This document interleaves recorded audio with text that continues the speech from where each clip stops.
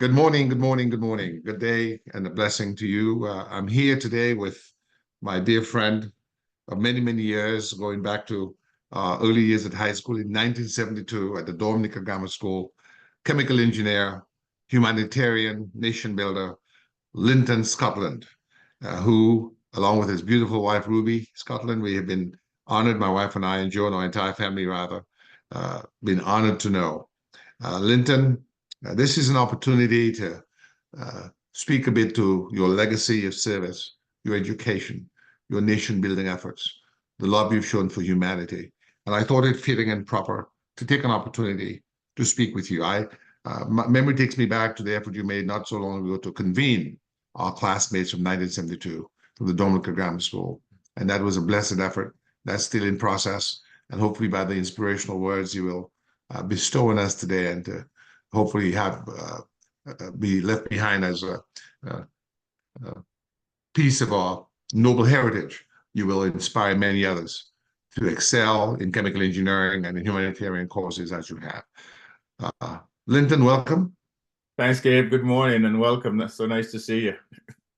Pleasure is mine. And I see you there. You've got the University of Dayton. That's your undergrad school insignia on your left breast. Yes, that is. Yes.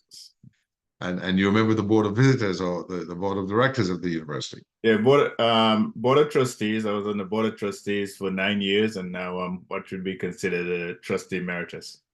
So we'll get to Dayton in a while because that's where you went to do your undergrad in chemical engineering. But Lynton, where were you born and when were you born? So yes, I was born in the village of St. Joseph in the island of Dominica, and so I was born in 1960. 1960. And who are your parents? So my parents were Cressy and Charmaine Scotland. So my dad, Cressy, was originally from Salisbury, which is a neighboring village, and my mom was from St. Joseph, which is where we were born and where we grew up.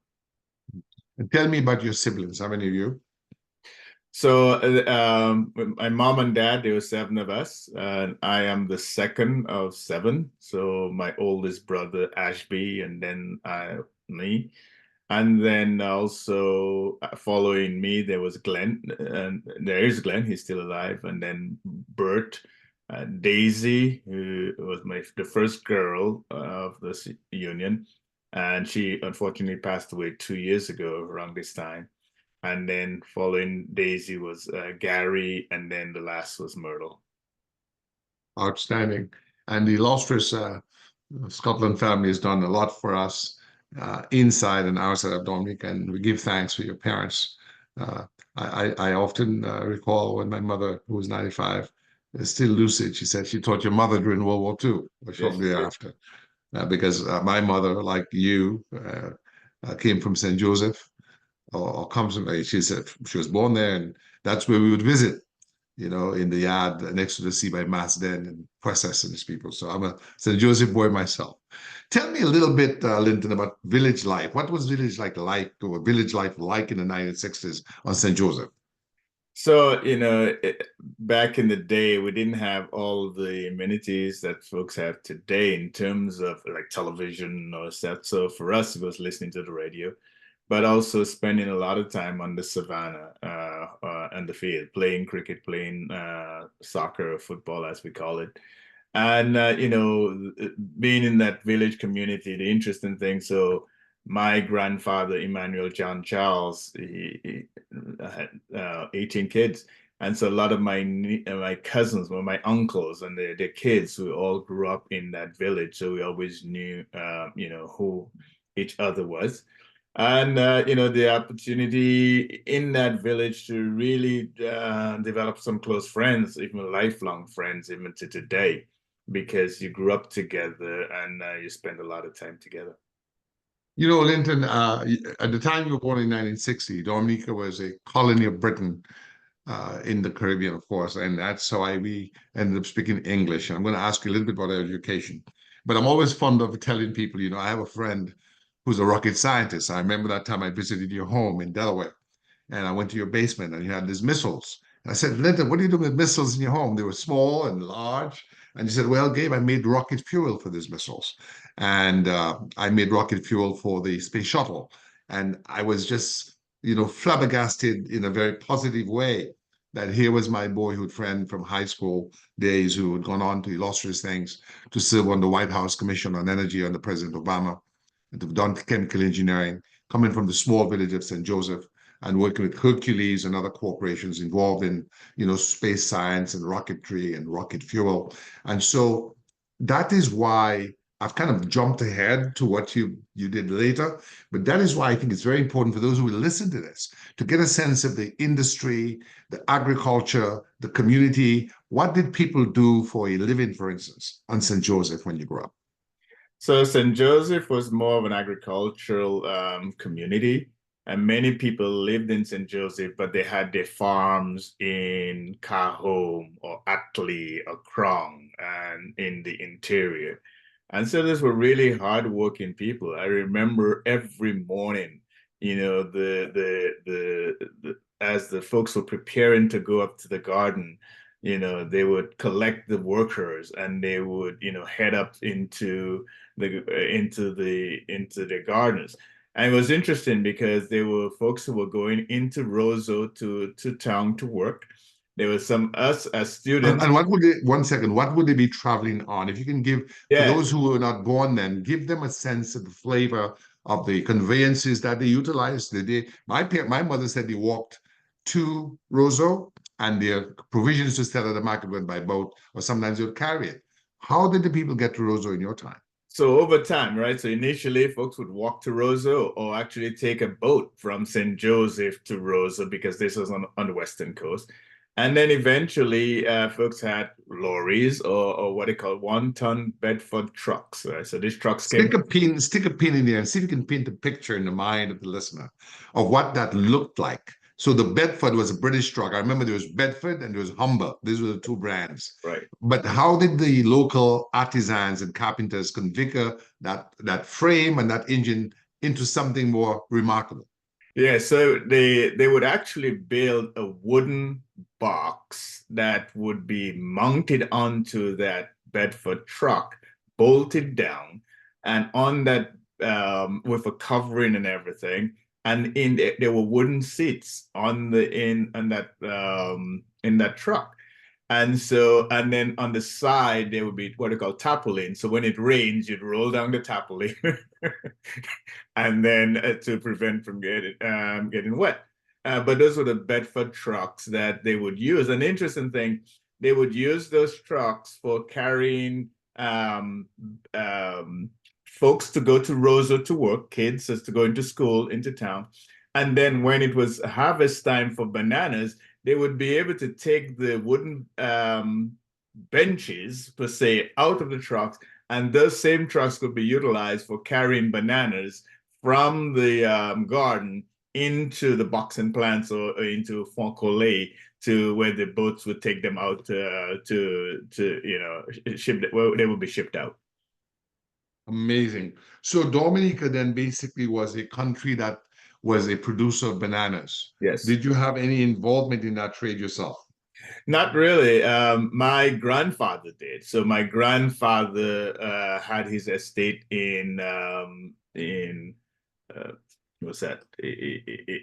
Up in the Layou area, right? And so he was involved in that trade. Not only him, my uncles and others were involved in that trade. And the interesting thing, and that's one thing you talk about being close to my cousins. So one of the things my grandfather would do in the summertime, he would take us up to Cahome, his place, for a week spent in the garden. And he would actually plant a banana tree for each one of us. Yeah. Now, Lynton, stick a pin in that. Now, this truck is not as pretty as those we knew because our trucks were very gaily printed and the background is not that of Dominica, but was it something like that? Yes, very much like that. So the front frame is very much like a Bedford, and the wooden section, yeah, it was like, but ours were a lot prettier. I mean, we made it very pretty. You could always tell who had the prettiest trucks on the island. But yeah, it was something similar to that. Outstanding. I'll stop the share on that. So you would go up there in the country, and when you would go up in the country, can you tell me what you would do in the country? So, my cousins would just running around, hunting birds, getting bananas, getting fruits. And in the nighttime, because it was all dark, right, we would catch what do you call that? The fireflies, and Yes, put the label. a bell, and we put them in a bottle, right? And we keep them in there, and that was our light Yes. as they Yes. as they glow. That was the light that we use, and then what is the moonlight or what have you. So But you're making your own lantern by putting fireflies in a bottle. yes, that's what we did, right? Amazing. And Linton, give me a sense of in the morning, you're getting ready to go to school. What would you eat for breakfast? What would you have at lunch? What would you have at dinner? Give us a little spotlight on that. So I'd say two things. So let's go back to the garden. I said my grandfather would plant a tree for each one of us that were for that week. And then when harvest time came and he harvested it, he would give us the money that from our tree per se. So that was the first time we actually earned money. As you talked about what we did, so in our village life, right, you'd have normal bread. It was interesting because bread would be baked and in the various ovens that people would have. We know who were the bakers, and you would buy bread. Your mom would send you to buy bread. Now, back in the day, it's funny that we ate dating ourselves, right? So you had the penny bread, and which was two pieces that were put together, right? Yes. And if you didn't have enough money, they could break it apart, and you'd buy a hipney bread. So Oh my goodness. Oh my one goodness. side would be a hipney, and the two of them put together would be a penny bread. So Yes. that's what it used to be. So we talk about a penny, but it was something that was a hipney, which was half of a penny. So under the old colonial system, you had a penny, which was 2 cents in our view, here Right. into 1 cent, and the halfpenny or half penny was 1 cent. Is that Right, right? that's correct. And Yes. they were copper. Yes. Yes, that's correct. Yes, and then you said, as you said, you'd buy halfpenny, you know Yeah, so you'd buy the halfpenny bread, and bread, then and then you'd have that, you'd have a cheese, you'd have tea, and those are the things you'd have. Sometimes a lot of folks would have fowls, so you would have eggs, right, that you would have for breakfast and what have you. indeed. And so when did you start going to school? What age? Do you remember? Yes, so I mean, I started in kindergarten for say what you call primary school, and in St. Joseph, there were two schools we would call up school and down school, right? So the down school was for the smaller, the younger grades, and so I started going to school in St. Joseph in primary And school. was that the school on the hill above the savannah? That's correct. Yes. So that's the upper school, right? And so as you got, again, they were all standards, right? So standard 1, 2, 3, 4, 5, and 6. And when you get to standard 5, you could take exams. So the kids in the upper school were the ones who would take the exam to potentially enter high school, right? No, stick a pin in that, Linton. I wanted to get back a bit to this. Yeah. How old were you when you started going to school? So I was, like primary school, maybe about 4, 5 years old. Yeah. Yes, indeed. And what were, if you remember, the sort of uh, classes, what were the things you were taught? I remember it was very often the case that they would have us recite our times tables, But 5 yes, 5s, 25, and those things. And you'd sing it. It was almost like a song. Tell me a little bit give us a little bit of the flavor of the education system at that time and the methodology in which the teachers imparted the lessons to us. so a lot of memorization, a lot of so yes, you had the times tables. So you would have to 2 times 2 is 4, and then you'd actually it was in a rhyme.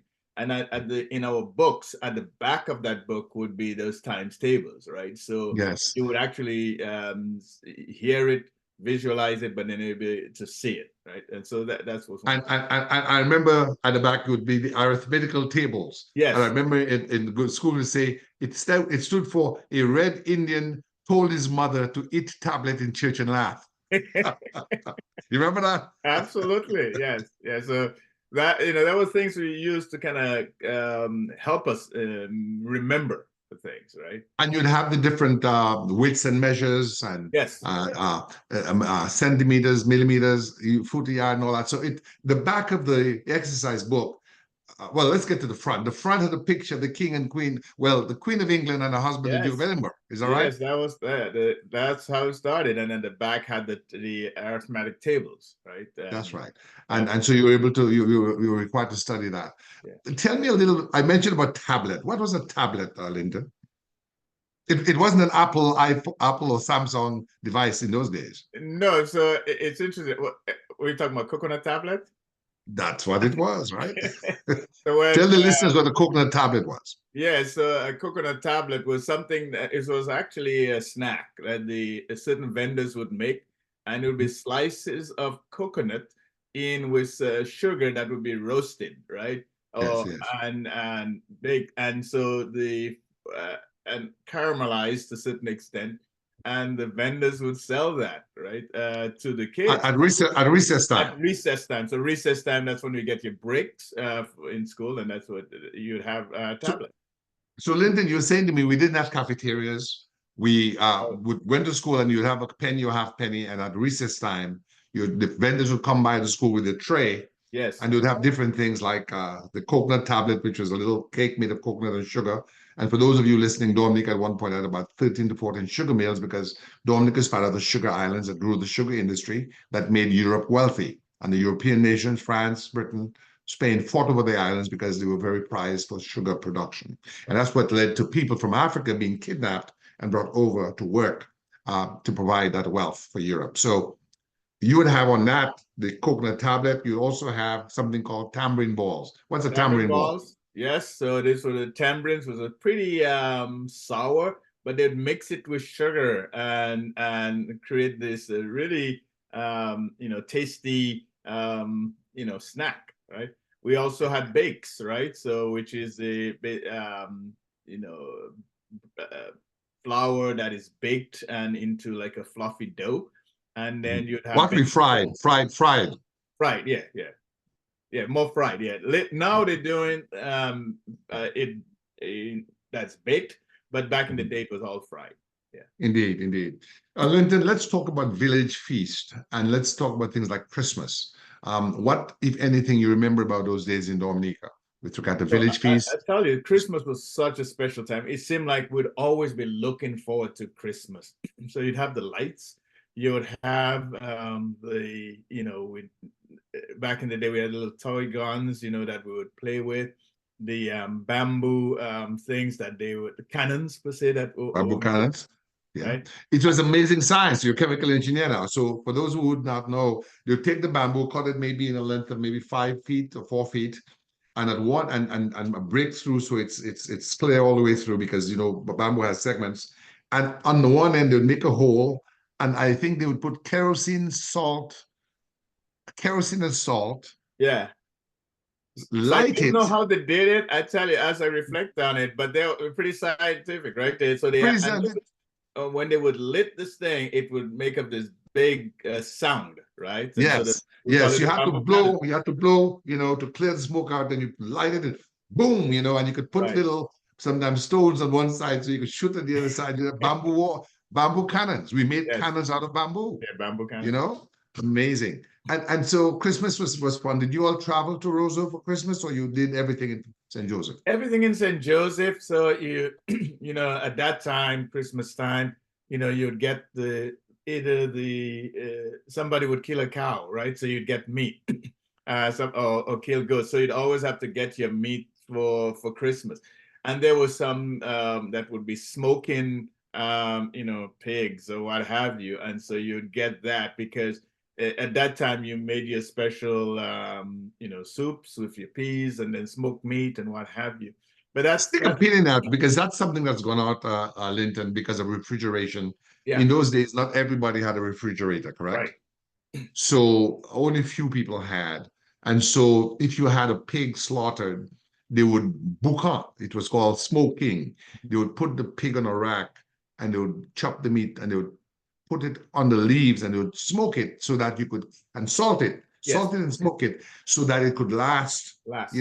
Without being refrigerated. Is that correct? Correct? Yeah. So they did that with meat and also with fish, right? Later on, they would smoke those things. So that's what village life. And we always knew Christmas Day, you know, I mean, everybody, all the kids would be playing, and then you had your little toys that your parents would have gone to Roseau and buy you a little car or something like that, or something. And you know, it was just the simplicity of life, but you remembered it, and it was just such a wonderful time. You know, as a kid, you look forward to Christmas. You look forward to the bamboo cannons. You look forward to the little things that were starlight. So you would light this thing up, and then it would, you know, it's almost like what we have when we have 4th of July, right? They call it sparklers here in the United States. Right, yes. Yes.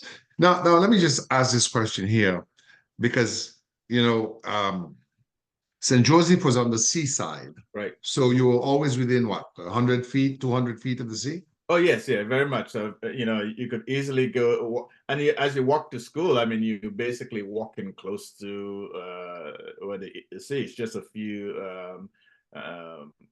meters away, per se. Did you get involved in fishing? Being a sea village, you know, we had this, you know, and even where the down school was, it was very much next to the sea.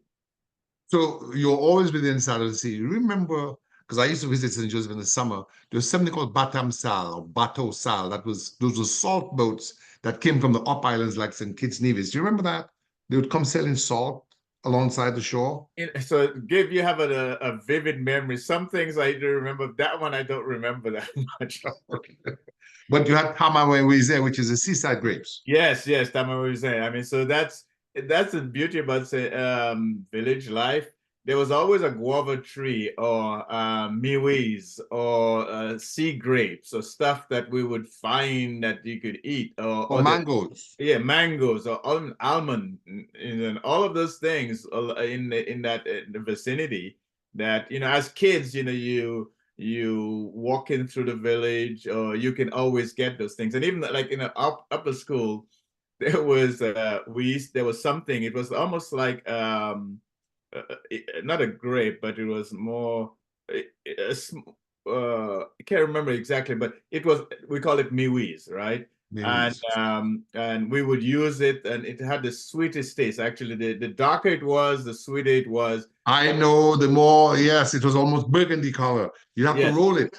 Yes. Sometimes you have to roll it.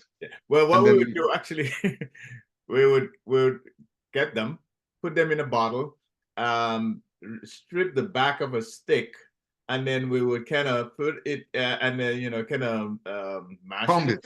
And then we would that would be what we would kind of enjoy. Yeah. Yes, yes. Give me the names of some of the big farmers and big shopkeepers in St. Joseph that time. So St. Joseph was just an amazing village. So you had people like Clem Ferrara, right? A big farmer.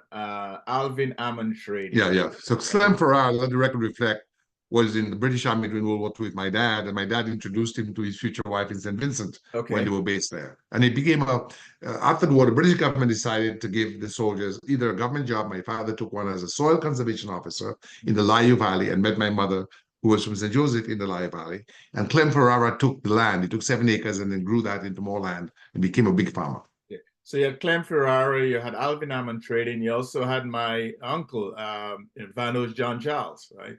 Who was big, and then Emmanuel John Charles, his dad, right? But you had other farmers in this area that were just, you know, and not only were they farmers, they were just amazing what we call statesmen, right? My uncle, who recently passed away, he was the chairman of the Freedom Party, right? Yes. And so between Alvin Ammon Trading, who we call him Pato, was just an outstanding gentleman. We walking in this village, and if we were doing something wrong, Pato could just pull us up and beat us, right? And we can't go home and say we got beat by Mr. Ammon Trading, because then there'd be another set of beating we'd get in terms of why would Mr. Ammon Trading have to correct you? What did you do? And then you get another set of beating.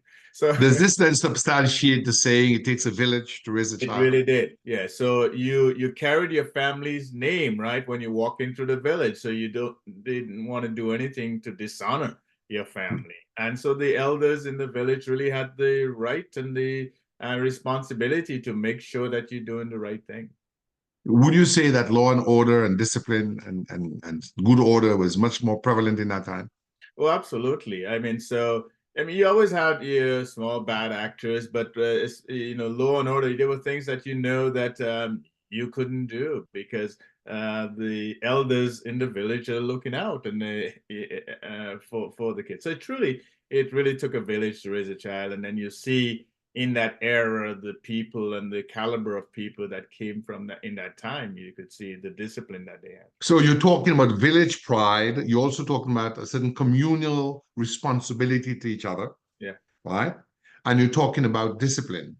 How do you believe that village pride, the importance of maintaining the dignity of your family name, the communal effort of cooperative self-help, couldn't may call it, how did that later shape your life?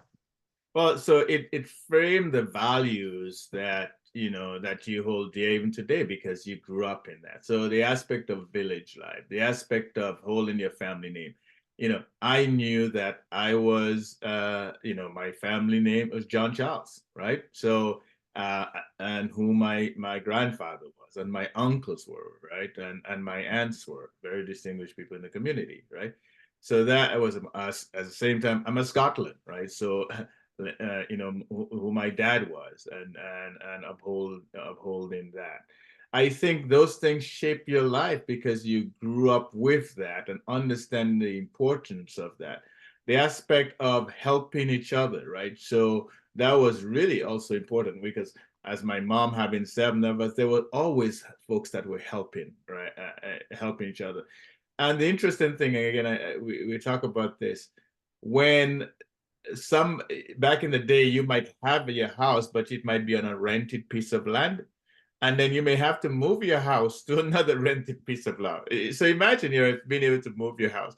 The villagers would all come together, and it was wooden houses, and they would basically have, it's almost like on telephone poles, right? Old telephone Yes, logs. They put logs. logs, and you'd Yeah. basically push, right? And but the villagers would come together to help that individual or that family. And so again, that's what happened when St. Joseph was not only agricultural from perspective, but also fisheries, right? So because we were on the coast, and so the fishermen would go out with their nets, and they would cast that net, and then you'd have to pull that net in, right? So the fisherman was depending not only on himself, but on the community to assist. It's called a seine. It was a big net, right? Yes, a big Tell us seine. about that. And so they would go out with one boat, bring it out. And so then you'd have to pull that seine in and the catch of the day. And then that's what they would sell. But the neat thing is, if you saw that and you were able to help, and I was too small to do that, you would get your share, and they would give you your portion for helping. Yeah. Amazing, amazing. So you had a lot of family and community love that was exchanged among the inhabitants of St. Joseph in that time. Is that correct? Absolutely. Absolutely. Uh, let's talk about crime because that is always a concern as we move forward. We want to be able to retain the good traits of our heritage. Was crime pretty much non-existent in that time? Things like burglaries and drug use, was that known? Well, drug use, no. Burglaries, no. Because if you stole somebody's stuff, people know who did it, right? And so if you stole somebody's goat per se, right? You couldn't get away with it, right? Somebody would say, okay, well, this is the guy who did it, right? And it wasn't the aspect of, well, you don't tell and something. No, it was a community, so you knew you couldn't do that. So we didn't have that. The aspect of drugs, no, marijuana came into the picture much later, but that was shunned on at that time, right? It Yes, wasn't, yes, well, marijuana for medicinal purposes. So yes. that was shunned on. So you didn't have that. So crime was very low. I mean, you had a police station also in certain communities. So St. Joseph being a key village in the West Coast, there was a police station there. There was also the church, the Catholic church that was right next door in the Savannah. So the Catholic Church stood in dominance. Yes, and even today, the biggest building in St. Joseph is the Catholic Church because you had people from other villages that would come to St. Joseph for mass on a Sunday. Yeah, so St. Joseph was not just a minor village, it was a major village. Major village. Yeah. And let me just do this here, Lyndon, because I think it's always good to illustrate some of those things. I show, is that the church we're talking about? Yes, so that was a Catholic church in St. Joseph, and in the foreground and that was the savannah, right? And Yeah, the savannah is to the right, yes, to the right of that. and you have the mountains looming behind, because Dominica is a very mountainous island. Yes, that those are the in the background it's the mountains, and there's a road that goes across the mountains that would link to the other village. Outstanding. And Linton, I mean, tell us about village. Tell us about the whole idea of the what I call the one second for a moment, Linton.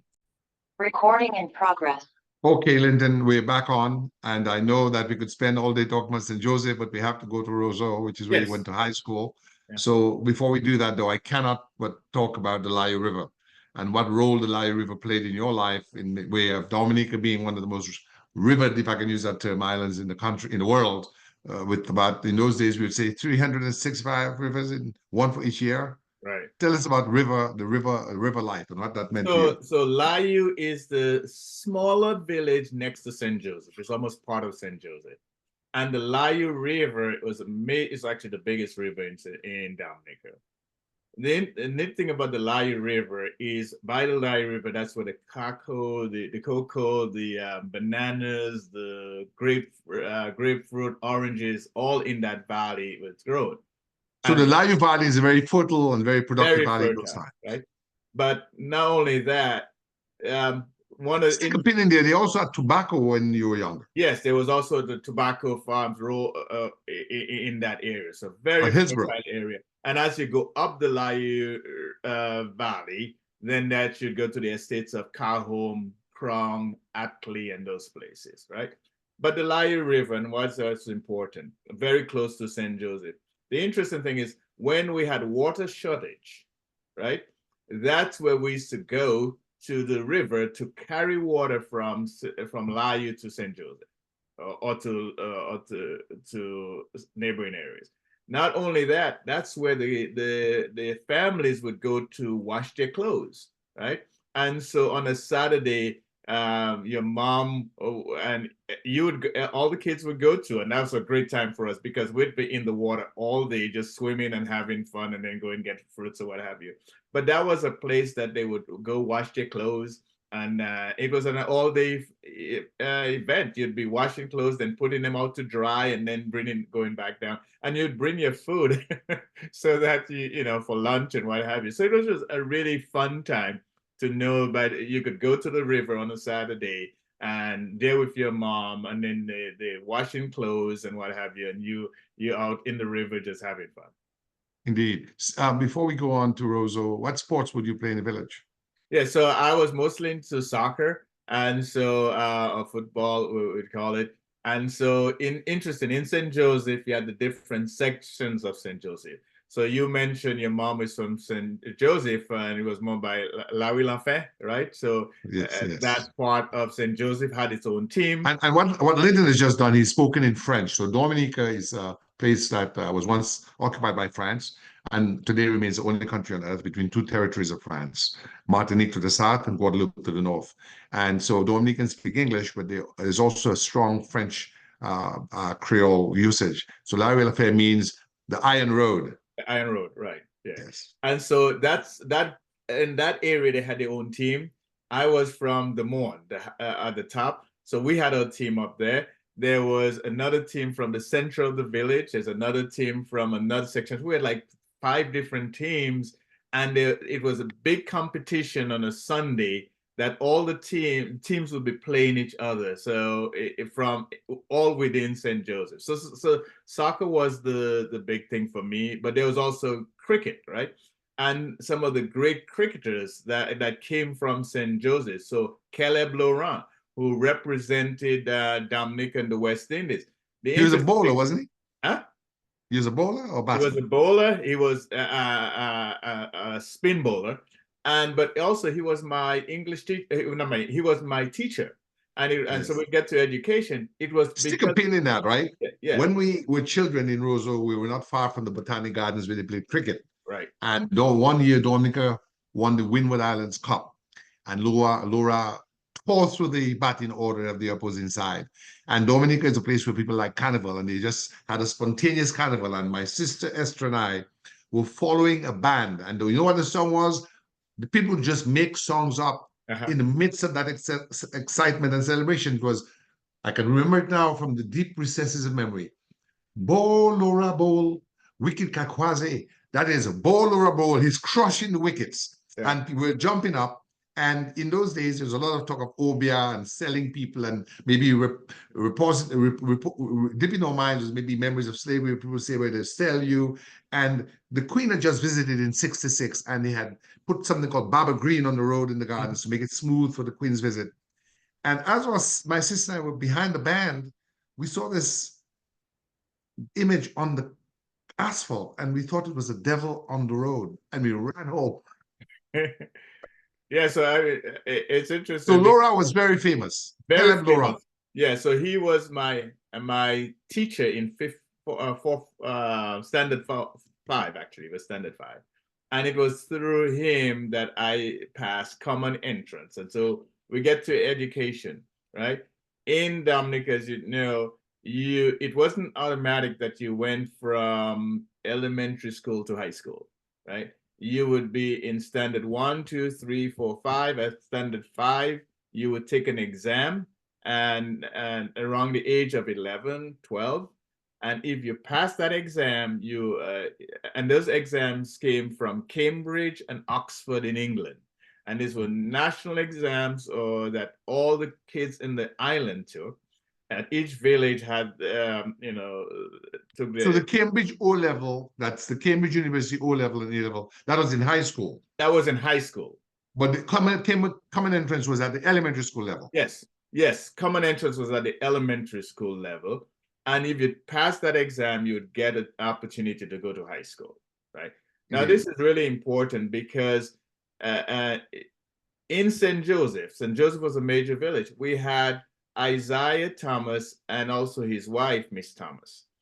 Isaiah Thomas became the Minister of Education for Dominica, but his wife was also a teacher. They were both teachers. The kids from Roseau, what we call the bourgeoisie kids, would come to St. Joseph every Saturday to get tutoring from Miss Thomas to help them in, these were when the kids that went to convent prep, right? Yeah. So I'll tell you, kids like David Amor, Bobby Shaw, John Fingal, the Garraways, all of these kids, prominent families in Roseau, they would send their kids on a Saturday to St. Joseph to be tutored by Miss Thomas, right? And so my mom, when she saw that, she said, ask Miss Thomas, hey, can Lynton attend that also? And it was there that I attended those classes and then was tutored by Miss Thomas. And then later on, when we all entered grammar school, I knew some of those kids because of the time they spent in St. Joseph coming for tutoring. Amazing. So you had a very strong base in education because you had the mentorship or the tutorials from the Thomas husband and wife team. I remember Miss Thomas more than Mr. Thomas. I think he died pretty early on, but I remember her. She was stout, fair-skinned woman. Yes. So you passed the common entrance and you entered the illustrious Dominica Grammar School, September of 1972. Tell us about that. So, and your first impressions. But before you do that, when you were at the school in St. Joseph, did you wear uniforms? No, I can't recall that you wore uniforms in St. Joseph. But yes. An interesting thing, so the time that I passed common entrance, the class was about 30-something students that took the test. Yes. Only 7 of us passed, right? Wow. So it was very competitive, very hard. And of the 7, there were 2 boys, me and your cousin, Wellington John Baptist. Yes. And then there were 5 girls that passed. So 7 of us from St. Joseph who now passed common entrance. Wellington went to the Catholic St. Mary's Academy. Yes, so Wellington went to St. Mary's Academy. I went to Dominica Grammar School. Yes. And those are the 2 major high schools, and these are the 2 high schools for boys at that time. That's correct. And at that time when we entered, and I also met you at grammar school the first year, Yes. Gabe. Yes. Remember the first semester it was all boys. That's right. That's right. And then actually the first year, and then after that it was integrated where girls came into grammar school That's as right. freshmen per se. But Yes. when we started grammar school, I think the first year it was an all boys school. That's correct. It became co-ed afterwards. Yes. So you now had your white shirt jack and khaki pants and brown leather shoes. How was that? What was that like? So it was, so now it was such a moment of pride because now when you leave your village school, and then now you talk about the trucks, right? The Bedford trucks. And later on we got buses like Nissan buses. But now you're in your white shirt jack with your grammar school crest on the side, and well, in the early days we had a tie strip that they tie strip, right?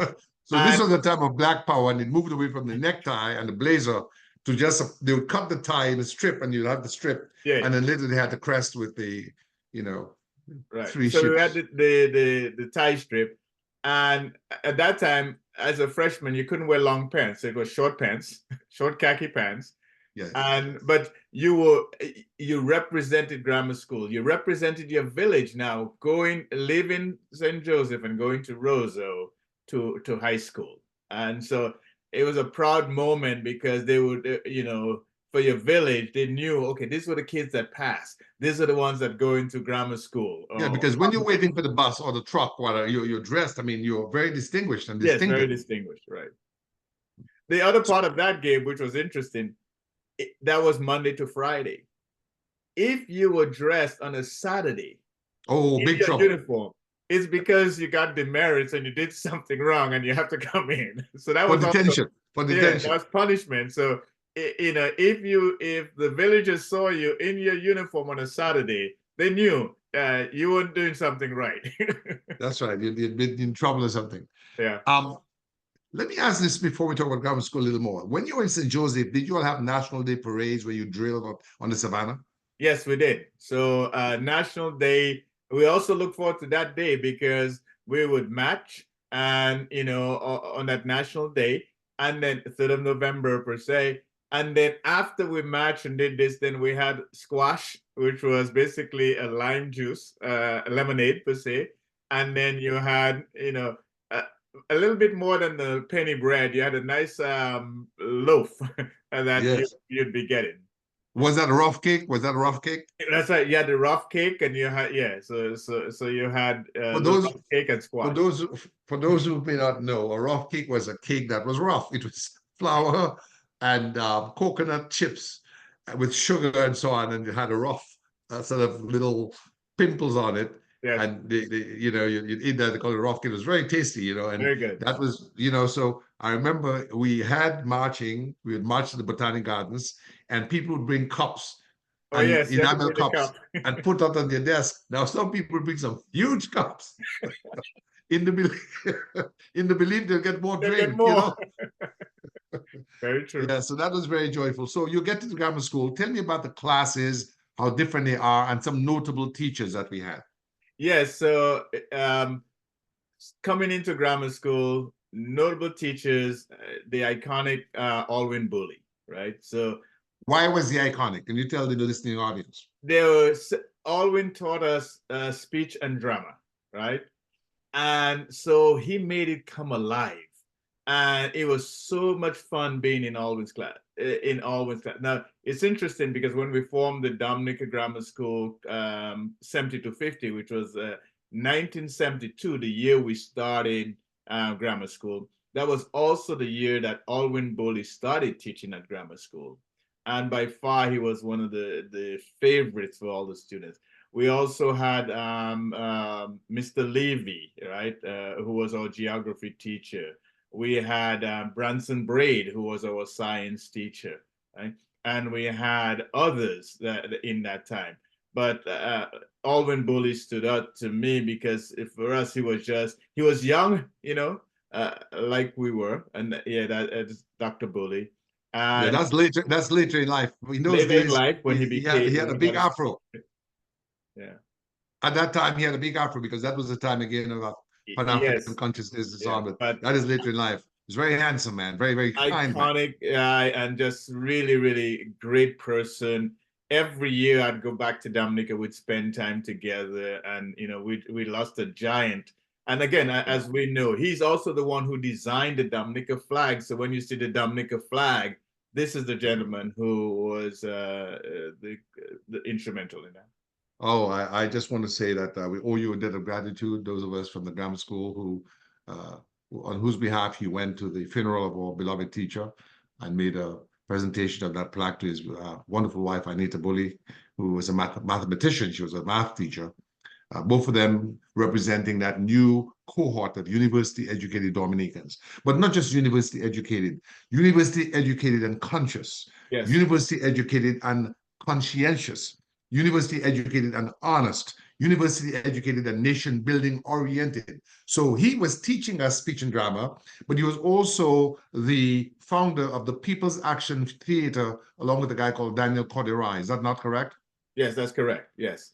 And so he also, I'm sorry. No, go ahead. Go ahead. And he was also a builder of cannibal costumes. Is that not correct? Yes. Amazing. And he was artist. also a graphic artist as well. Is that not correct? Yes. Amazing artist, design of costume, writer of plays. I mean, just an amazing, iconic figure.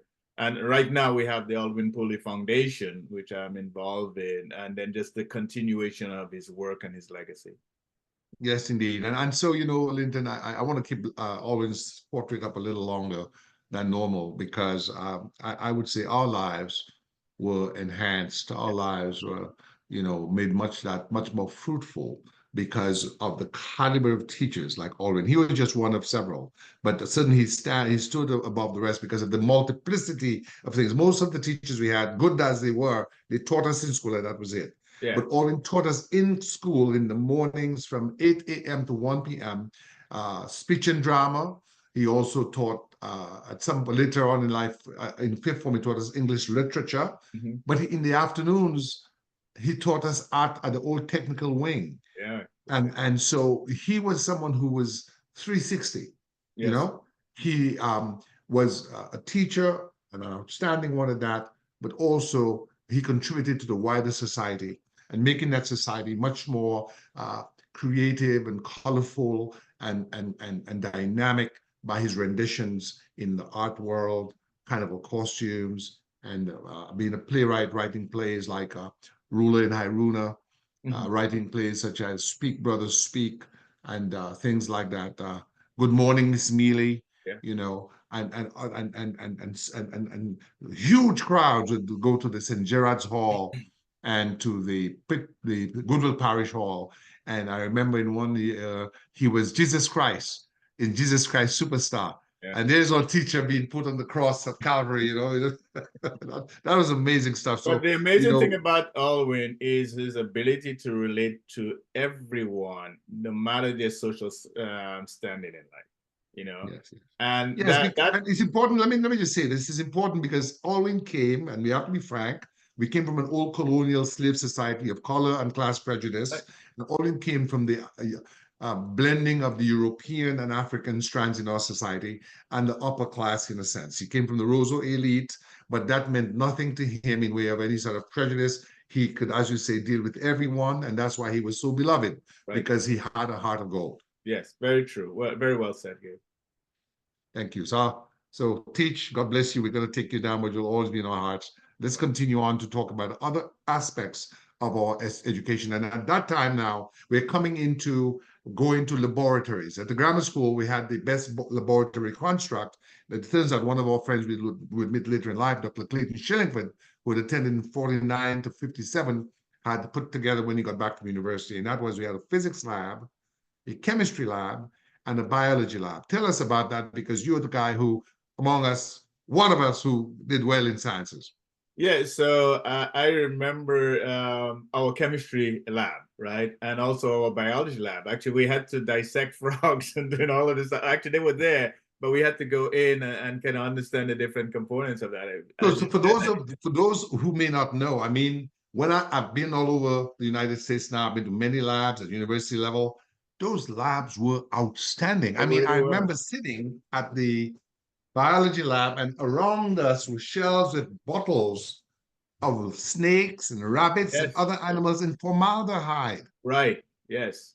Yeah, as you said that, I mean, Gabe, think of how long ago that was, right? But 50 years. we had that. And then, so again, I mentioned teachers like Branson Braid.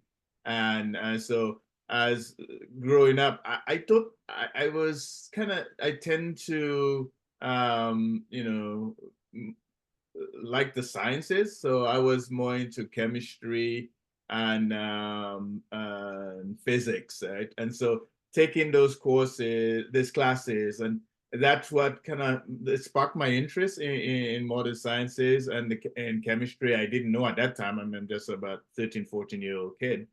But those were the formative years of my life and the lifelong friends that I developed. And as you remember, you go into grammar school and you immediately put into houses, right?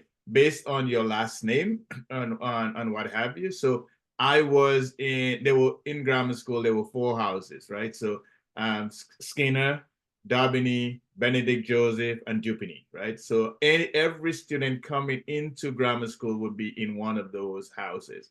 And for me, Scotland, I was in Skinner as well with the Shillingfords and others like that. We were all Skinner. Stick a pin in the piece on sports. I will get back to that. I want to give the listening audience a visual on what it looked like in our day at the grammar school. Isn't that what it looked like?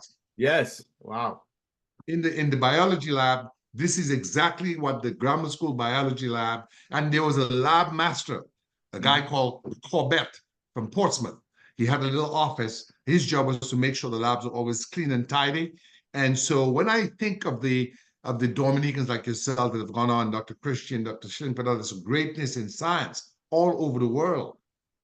I won't call his name now, but it's someone you and I know who's now the COO of Protein Air, making food from the air. A Dominican. They've just raised $100 million and they're at the White House presenting. It's just amazing how a small island with about 70,000 people when we were brought up, produced from our school and other schools, amazing feats of science. Right. And I think a lot of it had to do with the laboratory construct, because what would happen is, for those of you who don't know, is that the students from the other high schools, the Convent High School, the Wesley High School, and the SMA would sometimes come to our lab because our labs were the best. Is that correct?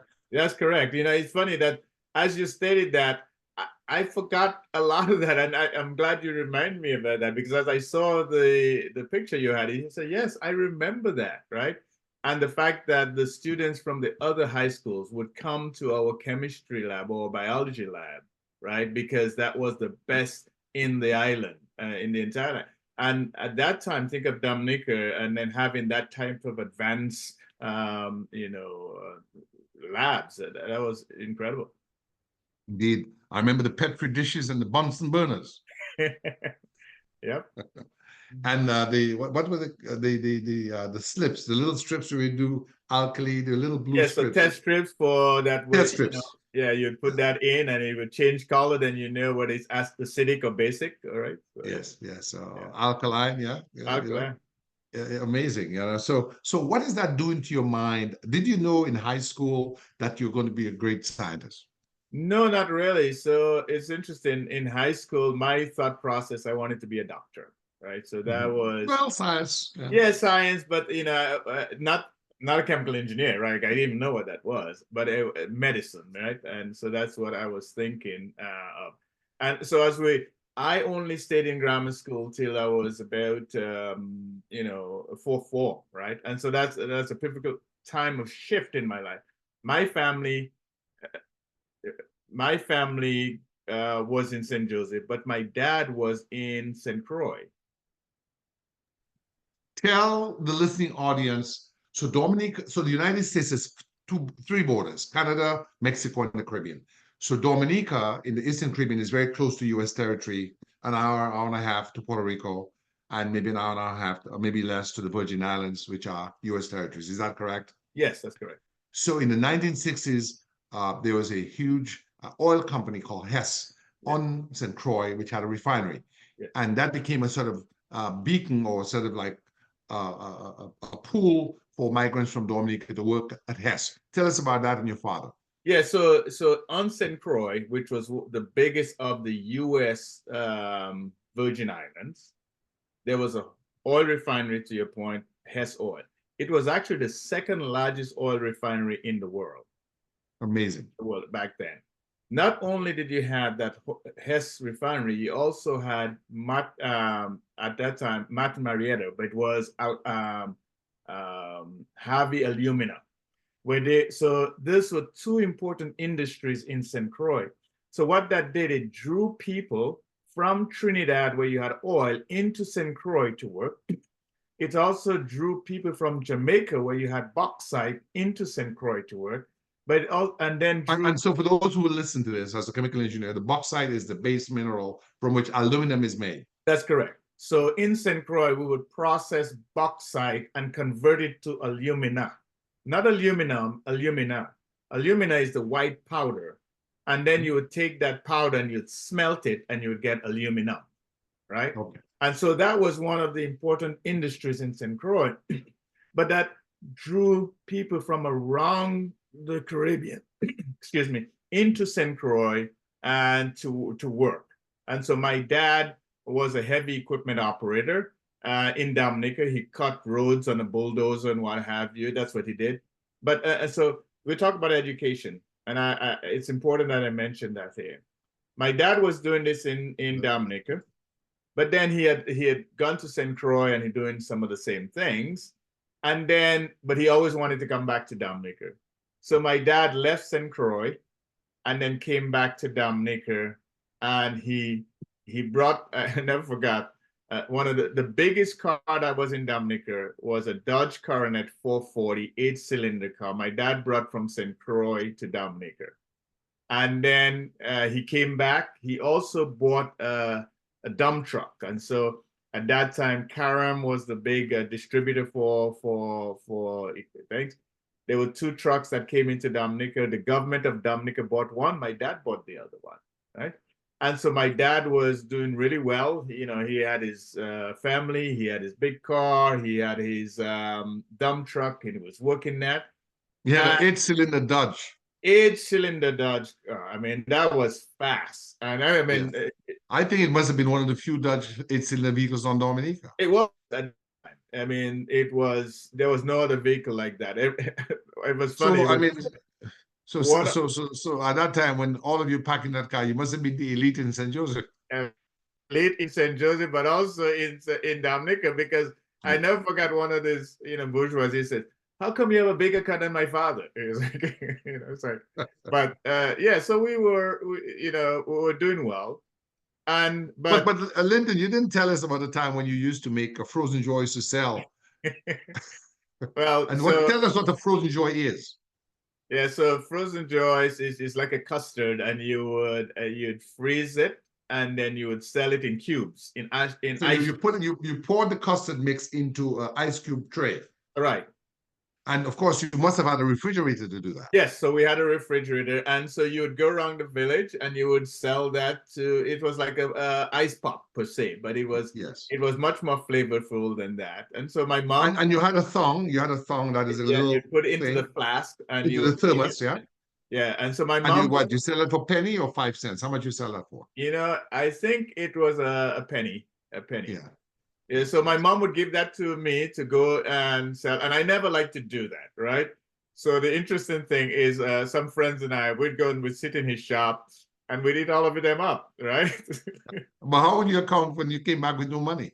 Well, no, then I say, "Hey guys, you gotta give me money. I have to go back home."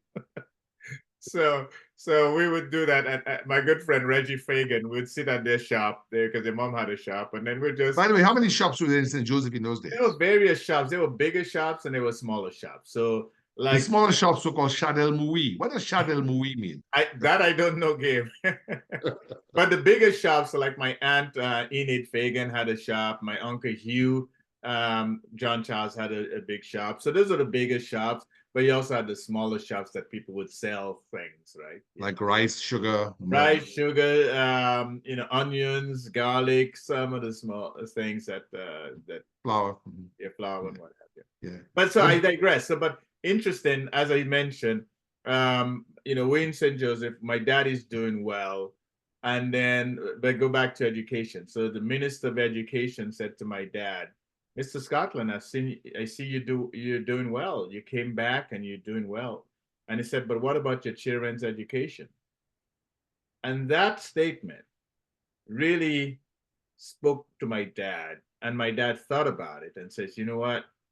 I can continue to do well in Dominica, but will my children have the opportunities that they would in Dominica compared to St. Croix? So based on that, my dad decided to move back to St. Croix. And we stayed in Dominica, but then he was preparing for us eventually getting our green card and then getting our citizenship to move to St. Croix. Lynton, I want to ask you this so you can explain to the listeners of this.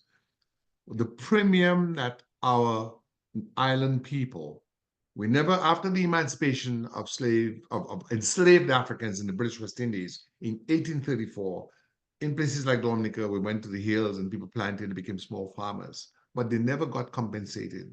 They never got 40 acres in a mule, not here in the United States, not in Dominica.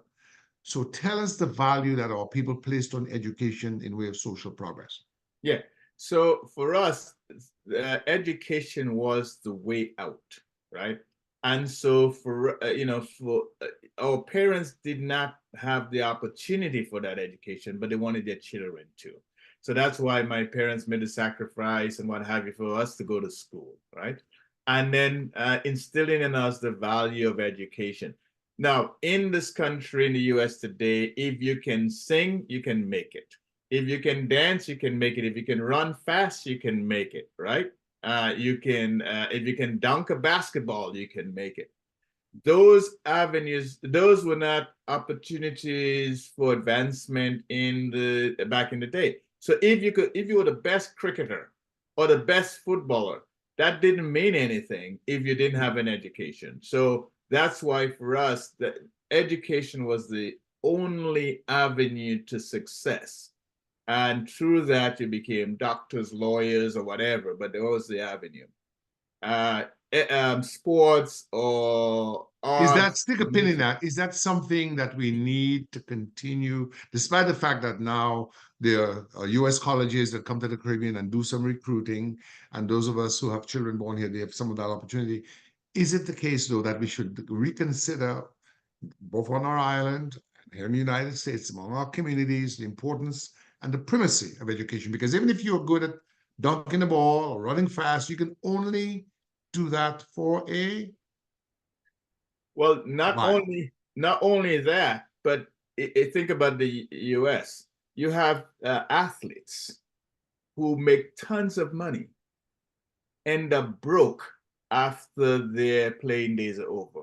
Why? Because they don't know about how to manage money. Their money dissipates, right?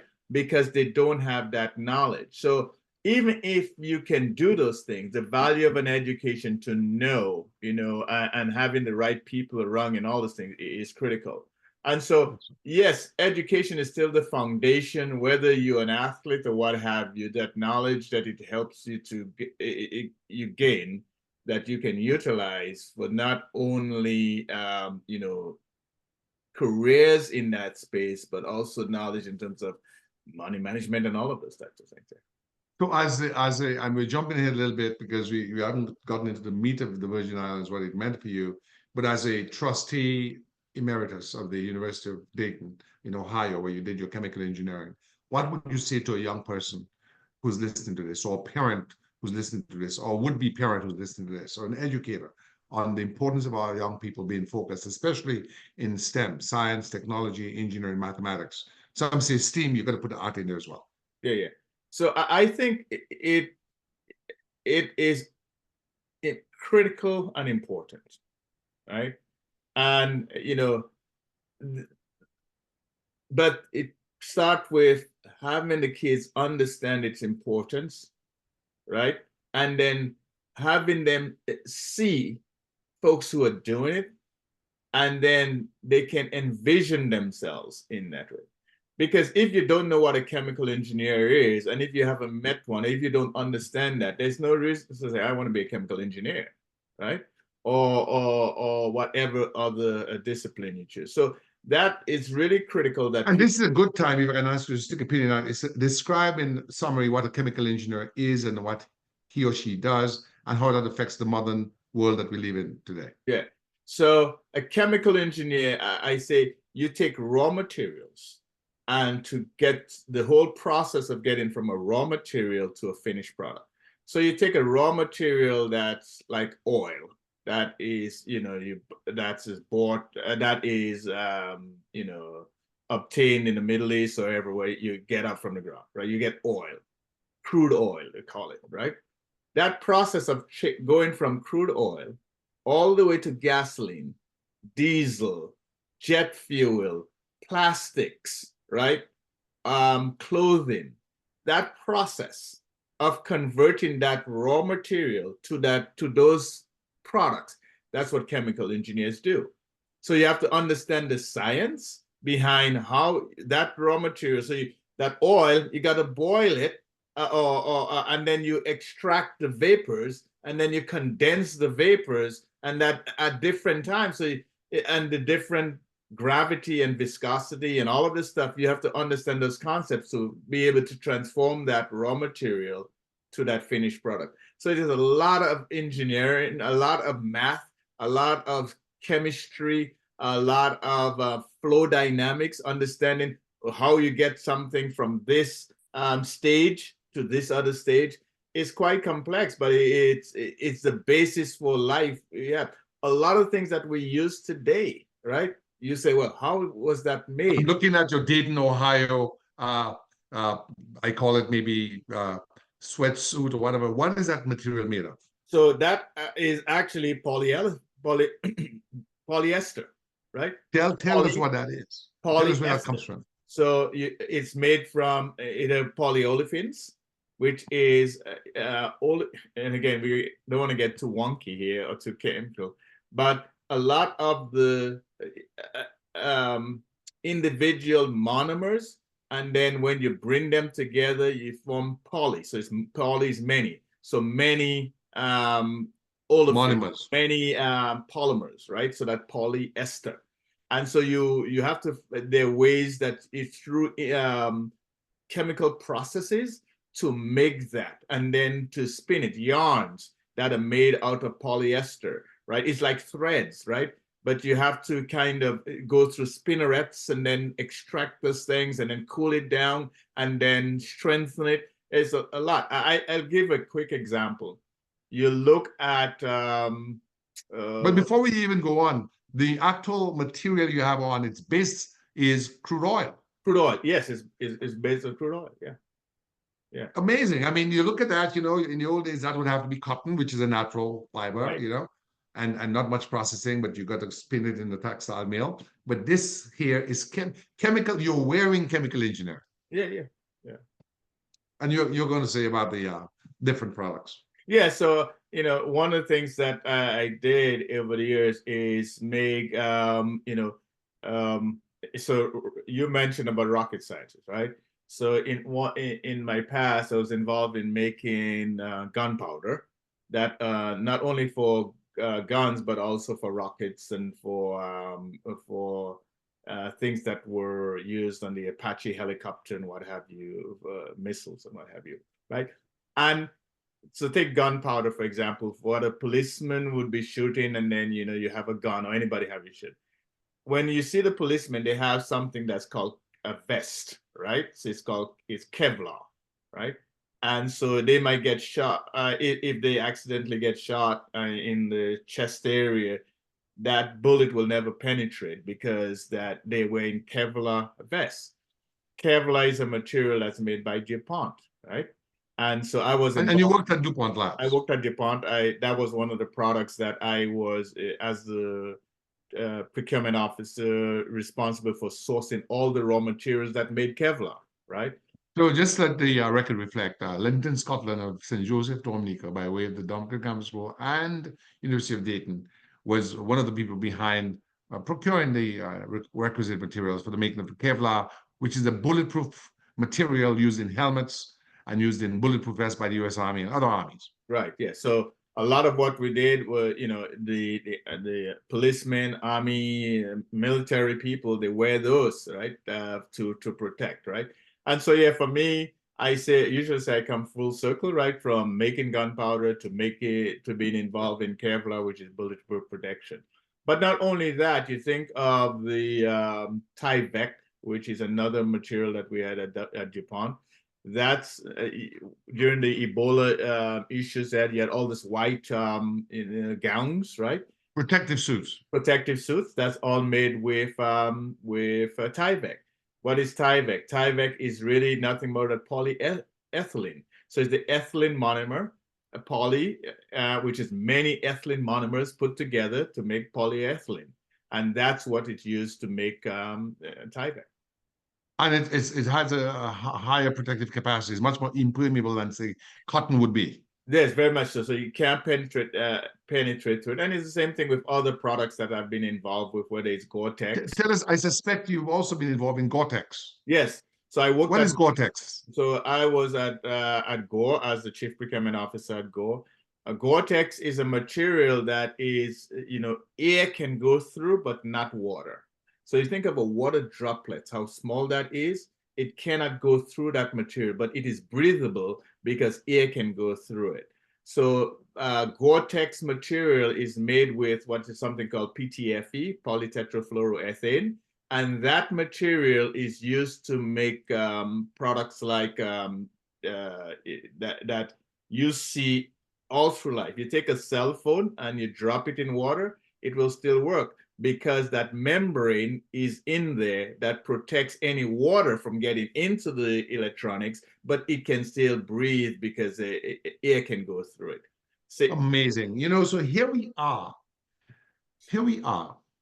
I'd even forgotten about Gore-Tex because I remember you worked at Gore-Tex for quite some time. How many years did you work at Gore-Tex? At Gore, I was at Gore for 4 years. Yeah. Yes. So here we are talking to Lynton Scotland, who's been involved in making gunpowder, making missile fuel for the space shuttle, making missile fuel for the Hellfire, and that's using the Apache helicopter, making Kevlar, which is used for helmets and for bulletproof vests, making Gore-Tex from the Gore company. I remember, I should share this with you, when the Gore-Tex cape was first issued for the US Army, I had a sergeant, Tim Scott, who I did a family case for, and I won. It was a very unique case. And as a gift, he gave me his DC National Guard Gore-Tex camouflage jacket. I have it in my cupboard right now. I don't wear it often. He's one of the first Gore-Tex. And he says to me, Gabe, the old rain slickers, you would get very sweaty beneath because it couldn't breathe. Right. But he said, this thing prevents water from coming onto you, but it breathes. You can, and that's amazing. And you were involved in that. And again, that comes from crude oil. Well, that's a different material. It is polytetrafluoroethane, so it's a different material. It's expandable, yes. So it's expandable, and it. But its base. What's its base? That's the base. It's polytetrafluoroethane. It's an ethane. Okay, it doesn't come from crude oil. No, it's a different kind of material, but it's synthetic. Is it synthetic? Yeah, it's also synthetic. Yeah. Okay. Yeah. It's actually the similar material. So if you think of Teflon, that non-stick, right? Yes. So that's similar type of technology. Amazing. Now, let's get back to the Virgin Islands and give the Virgin Islands its due, because that's where you. So when you left the grammar school, you left in third or fourth form? Fourth form. And then you go. Okay, you're about 13, 14, and you go to the Virgin Islands. Yeah, so the whole family moved to St. Croix, and then I finished high school in St. Croix. And in St. Croix, I went to Central High School in St. Croix and involved in a lot of different activities in St. Croix. One of it was the FFA, which was... Tell us what the FFA is, Lynton. So the FFA... How your path almost diverged. Yeah, so the FFA is the Future Farmers of America. So it's like, okay, now this guy is in chemistry and all those things. What's he doing in an organization like Future Farmers of America, right? So coming into St. Croix, they put you into this class, and it's like, okay, I'll take it. Don't really know. But it's one of the best training I've ever got, because the Future Farmers of America is a large organization around the country, and there are different chapters in high school. So in St. Croix, we had that organization, and I became the what do we call, the state president for that organization. But it was leadership development at a very early age. That's the first place I learned how to properly use a knife and fork. That's the first place I learned how to tie a tie. So there was a lot of things that they were teaching us about parliamentary procedure, Robert Rules of Order, how you run meetings, right? And all of those things we were taught in high school.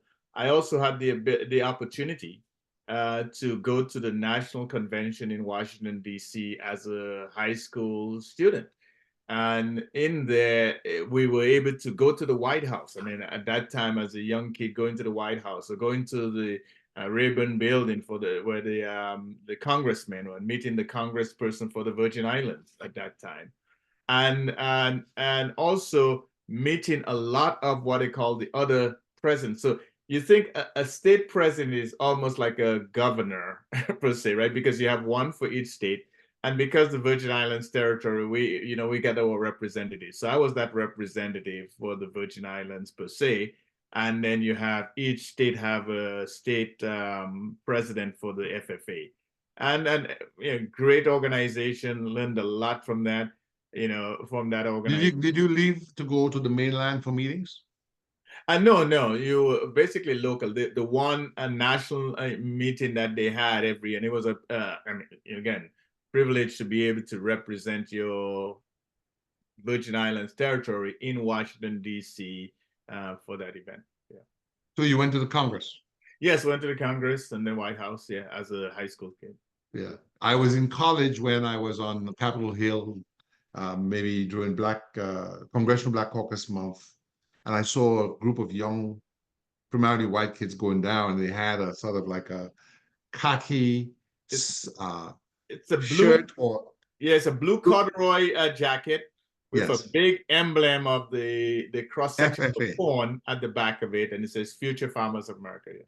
And I stopped one of the guys and said, "What's that about?" And then, he told me, and I never forgot it. And so when you told me later on in life that you remember, I was astounded, because this is the kind of thing we need to have on Dominica, because agriculture is still essential to human life and our existence. And we are well-watered island with good volcanic soil. So it's the ambition that I have for you as the Future Farm of America Emeritus to maybe one day have a Future Farm of Dominica and partner them with the Future Farmers of America. Here's the important thing about this, because when you think of the Future Farmers of America, it's not only the business of raising farming, but is the economics and the behind it.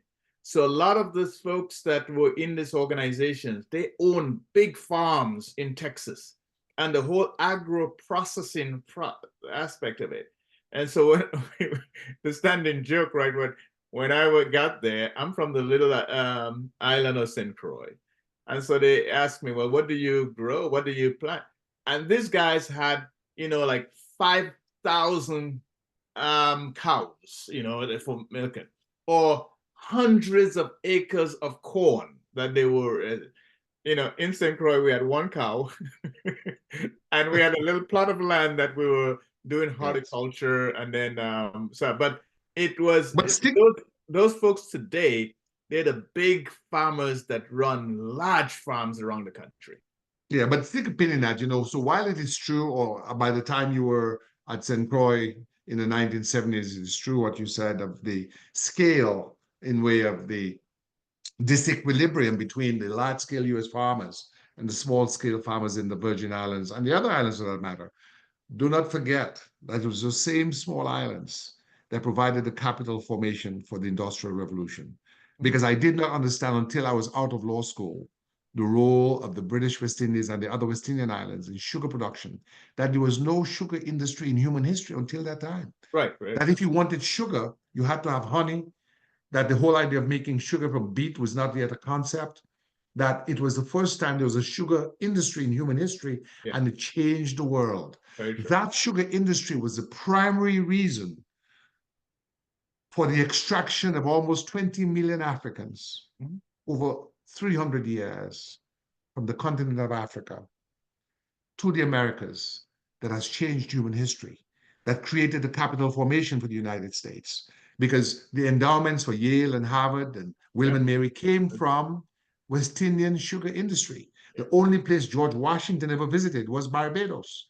Alexander Hamilton came from Nevis, because the sugar industry was so powerful that it drove the economies of North America in trade. And so, you know, life changes, the sugar industry is now disappeared, and we're now tourist islands. But it's so important to understand how organization of economically viable processes, as in sugar, as in corn, what have you, can make a difference. And so you get out of Central High School in what year? I think we may have lost Lynton. So Lynton, before you leave the Virgin Islands for school on the mainland at Dayton in Ohio, you said something that was very interesting that I think young people, parents to be and others, should take note of to get to where you got. And that is, you were involved in a lot of leadership training. You talk about Future Farmers of America, you talk about Chemistry Society. What are the other sort of leadership roles you assumed that you think made for your success, and how that could be instructive to young people trying to make their way in the world? Yes, so I think part of it on the other side was also I was involved in young people meetings at our church, right? So what church was that, Lyndon? It was at that time in St. Croix. We used to go to a Baptist church, and so Sunny has Baptist church. I was so you'd cease being Catholic and you become Baptist. Yeah, well, long time. We had ceased being we never. I never grew up Catholic, right? I was always, we were more in you know what they call Protestant, Protestant or evangelical churches. Yeah, evangelical church from the time I was small. Yeah, so but so those things helped also, because I was like a leader of the young people's events. And then in high school, just involved in other programs in high school, whether it's I was the manager of our soccer team per se, and just those things. I was always in a leadership type of position from high school. Yeah. Outstanding. So you're coming to the end of your high school education in 78, 79? Yeah. So it was then, again, I remember I told you I wanted to be a doctor, right? But then in high school, we had one of those career days, and there were people that came from Hess Oil and Martin Marietta, and then that's the first time I saw you know, the process of making gasoline from crude oil, right? Because they had actually a model, and they showed the model, and it was then I said, oh my goodness, I was in 11th grade. I said, that's what I want to be. I want to be a chemical engineer. That's when I first got to understand what chemical engineering instead of medicine. Stick a pin in that. You know, I told my son once about the importance of proximity and relationships. We had a gentleman called Frank Bauer. Dr. Frank Bauer was the director of deep space exploration for NASA. But he was the only white member of the board at the time of the East Coast chapter, Tuskegee Airmen. And my son went to the program, and I said to him, look, this guy is telling you about what they're doing in space. If you were on some Caribbean island or in Seattle or New York, you'd never know Frank Bauer. He's the co-developer of GPS, Lynton, and he was in our organization. So here you are, and you're learning about that because you're close or you're proximate to Hess. Yes. And you're proximate to Martin Marietta. Yeah. So if you were like, say, somewhere else, you know, in the world, I've never seen at my age a model that shows the process of crude oil into gasoline. I mean, I know it's taking place, but to visualize it, I mean, I have never had the opportunity. Yeah, so seeing that model and seeing, okay, how they go from this, and then the process here, and then the next step here, and then the final product here, it was like, oh, wow, I really love this. And so I remember going to my dad and said, Dad, I don't want to be a doctor anymore. I want to be a chemical engineer. Do you think we can maybe get a model like that and maybe do a program on the schools in Dominica where at the high school we can maybe show that, because that would be a fantastic demonstrative piece. Yeah, I think so, definitely, because all these companies, they have those models and they go to the schools and they do that. So the Exxon Mobils of the world, there's always this modeling that you do. And so, and with artificial intelligence and those kind of things, AI, and then modeling, you can actually create that model, right? And then understand the different components and then have that. So yeah, those things can be done. Yeah. And how did you get into Dayton? Can you tell us about that? Yeah, so I applied to several schools when it was time to go to university, and Dayton was one of the schools I applied to. And again, I'd never been to Dayton before, but it was one of the schools. And being in the Virgin Islands, in the US, in the mainland, you can go visit schools and get a sense of those things. We didn't have that when I was in St. Croix. Couldn't afford to do that. So I heard about Dayton, and then again, seeking advice from people. They were chemical engineers that were in Hess. And the good thing is my senior year in high school, I got an internship to Hess. So you actually worked at Hess. I worked at Hess in the lab, and I would actually have to go out to the ships, the big ships, the super tankers, get the sample of crude oil that they were bringing in, bring it to the lab, and do the testing on the oil to get the specific gravity, the density, all of the stuff. And then before we offload the ship, to make sure that what they said they were shipping was actually what we were receiving. And then before we unloaded the ship onto tanks and what have you. So I got the opportunity to do that when I was in high school as a... How old were you at the time? I was 18. Amazing. Yeah, Amazing. so I did that, and then there were engineers that I was around at Hess, and I asked them, hey, I'm thinking about this school, and one of them said, hey, go to Dayton, it's a better school. And so it was that, for that reason, I went to University of Dayton. Amazing. And you'd never lived in the United States. What was that like when you got So there? imagine coming from Dominica to St. Croix, very similar temperature, very similar climate, and then leaving St. Croix and going to Dayton, Ohio, in the Midwest, right? Not many West Indians or anything like that, and where it's cold, right? So I got there in August, and the weather is nice, very typical. And then by November, it started getting cold. I was like, wow, this is different. And by December, you start looking and you're seeing this white stuff coming down. It's like, what is this? Right? And then you have to get gloves. You got to get warm clothes. But Lynton, I mean, I know you've been funny, but when you were in St. Joseph, I mean, you had cinema. You could see the United States. No, so you see, as a good Christian, guys, I wasn't allowed to go to cinema. Okay, because I know you didn't have, the cinema was in Roseau, but it's St. Joseph. My mother said to me that they would come to the school with a projector and show well, on the films. Savannah, we used to have movies. Yeah, so that's true. We used to see that. But, you saw those things. It's different seeing it than experiencing it, right? Yes. So yeah, you see that stuff, and it's like, okay, but they didn't tell you how cold it was, right? It is very cold. Ohio gets very cold. It was very cool. But I mean, that was the adjustments I made, and it wasn't easy. And that's one of the things I want to make sure people understand. That studying chemical engineering, so you have the different disciplines of engineering. You have chemical engineering, electrical engineering, mechanical, civil, computer engineering, all these different fields. And chemical engineering was the hardest field. And there were days I'd be, what is this? Do I even understand this? And so there's a lot of self-doubt, right? But it was being persistent and not giving up. And even when you felt like giving up, you pushed on it and you pushed on it and you work on it, and you just knew there was no turning back. And so that was what it was for me. There's some people who are naturally brilliant and they just, they see they get it. And there's some people who achieve things because of hard work and determination. And so for me, I was more of the latter, hard work and determination. Outstanding, outstanding. And what were these sort of nuggets of, let's say, that guided your success? So if you could share some nuggets of intelligence that would be useful to someone embarking up on a career in chemical engineering or any career that one would be aided by having you reflect on that made for your success at Dayton.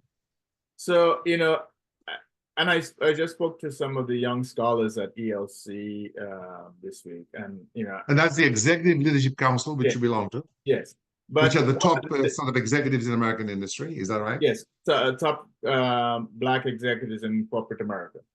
But I was on a panel. It's like message to my younger self, right? And as I was reflecting on that, it was what were the things that that if you could look back, what you'd say to your younger self. And I think one of it is visioning. Well, first of all, knowing what you want, right? That's important. So knowledge of taking the time to really deeply think of what is it that you're passionate about, what is it that you want to do. So that's it. The second one, visioning.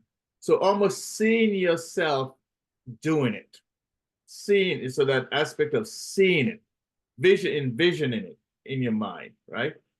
The other one is engaging and is sharing that vision with people that can help you, right? Because they are able to then help guide you to where you want to go. And the last thing I would say is doing it. So not just thinking about it, not just visioning it, but actually doing it. And what that means is you have to have the perseverance that in spite of how hard it is, I'm going to do it. There's a Nike commercial, just do it. And really, that's what it is. You just got to do it. Lynton, I was happy to hear in 2018 that you became a member of that illustrious list, the 100 most influential Blacks in corporate America. And that year, Dominica had the virtue or the, let's say, the honor of having you and that is at that time your W.L. Gore as the Chief Procurement Officer, and Wl.L, who was with the Genesis Corporation as General Manager. That's Hyundai. Noted.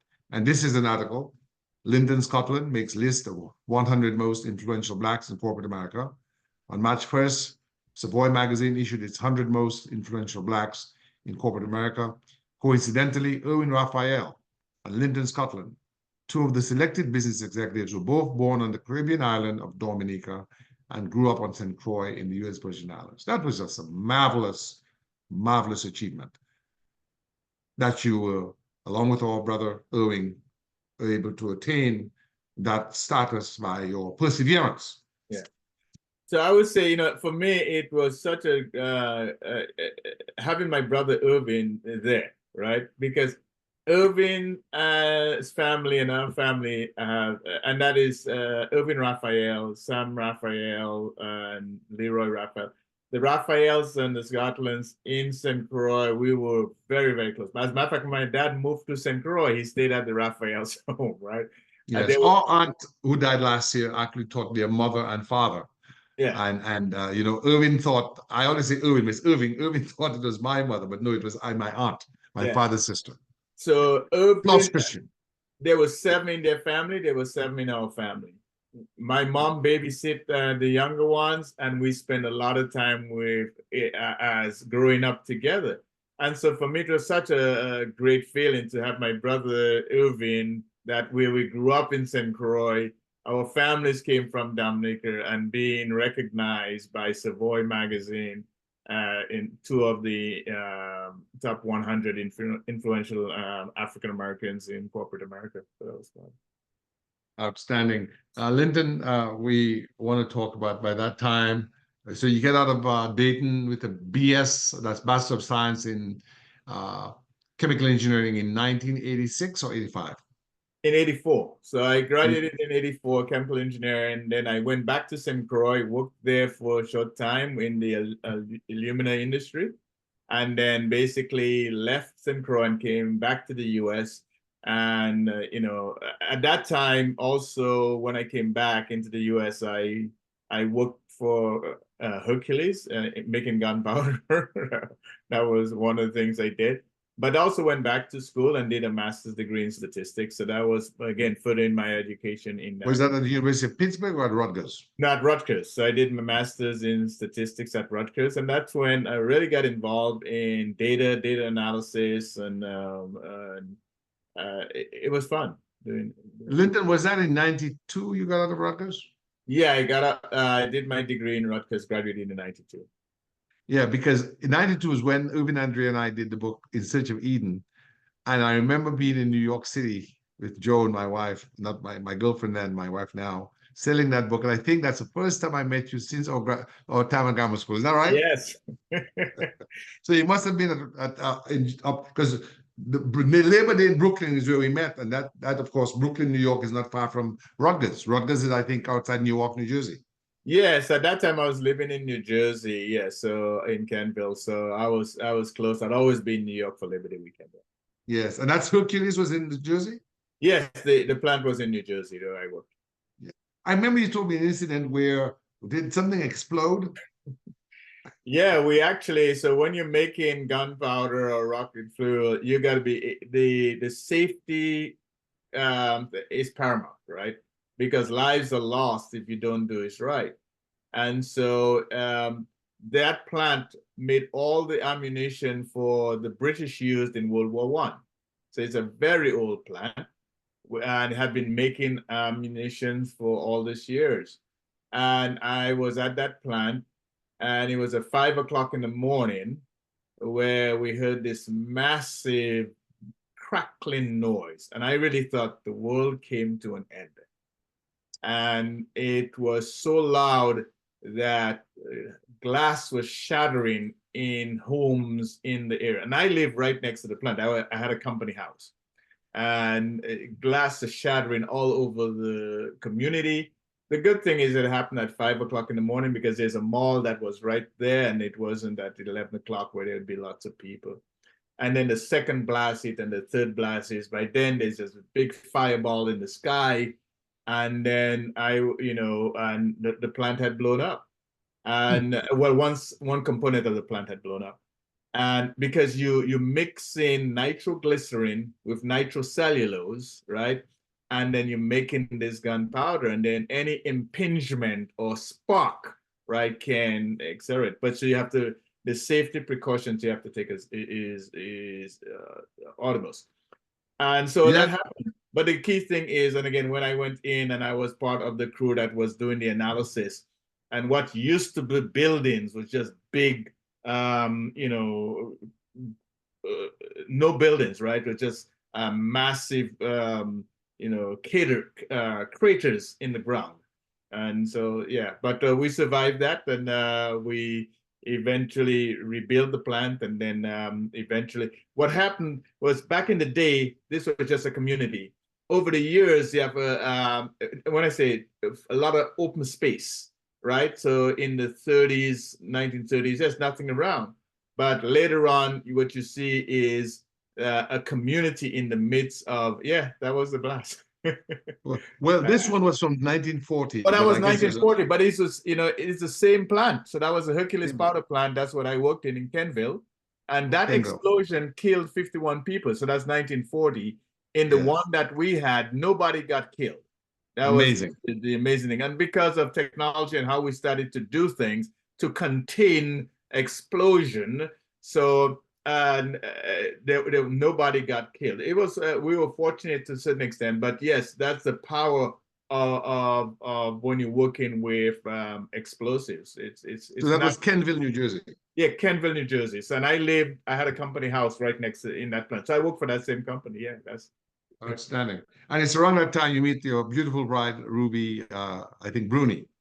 Yeah, so I was Ruby was in New York, and then we met in New York, and we it was later on, actually. I was working in Pittsburgh at that time when I met Ruby for the same company, and we met in New York, and dating, and then we eventually got married.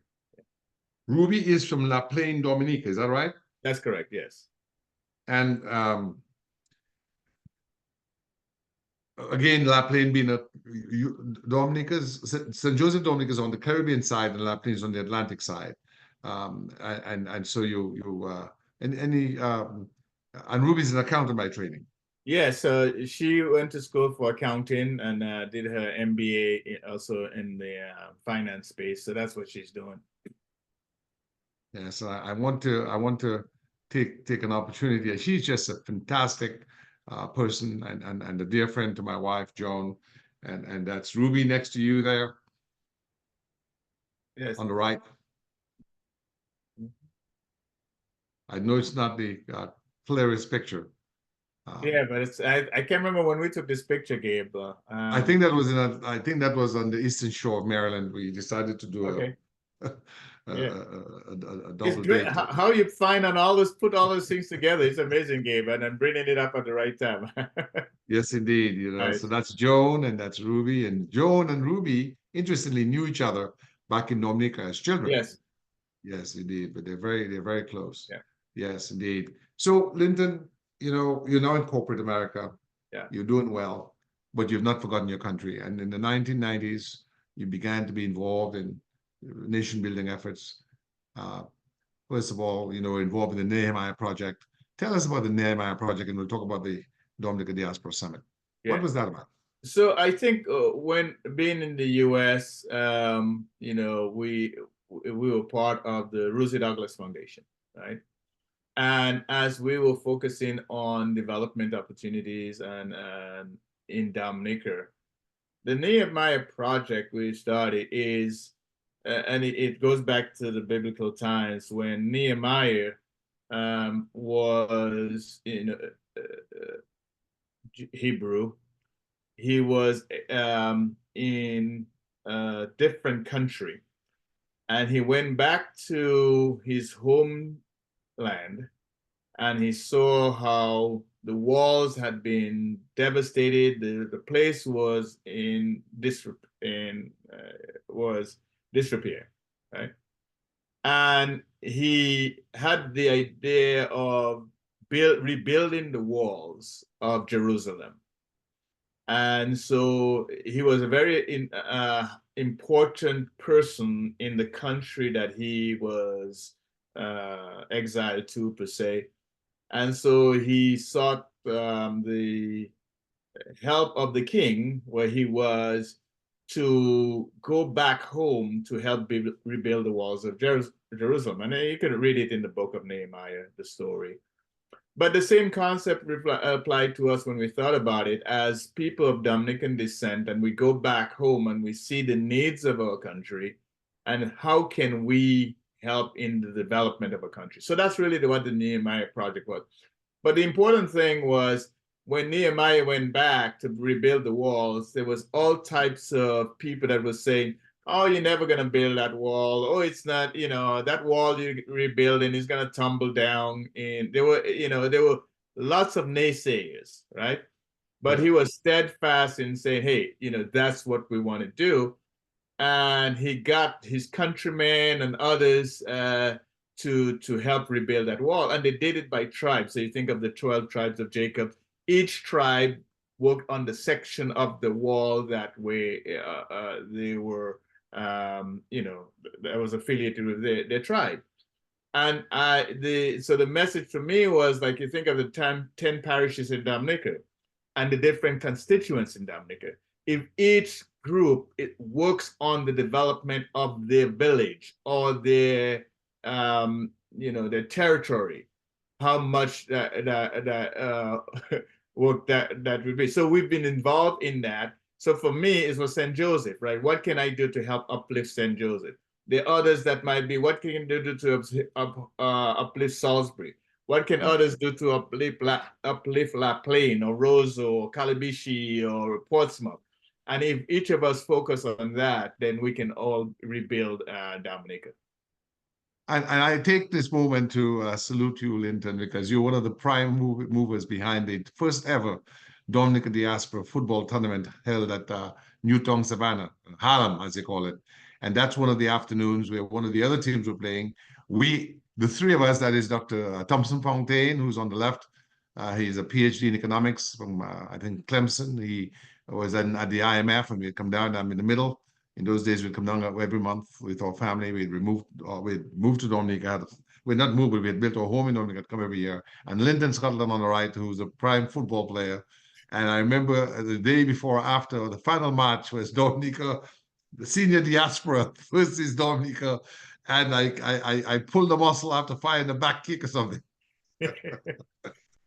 But yeah, that was a great time. That's a great picture, Gabe. I remember that because we played on the we played in Newtown Savannah at first, and then we played in the Windsor Park per se, the final match. And yeah, I had it was really nostalgic.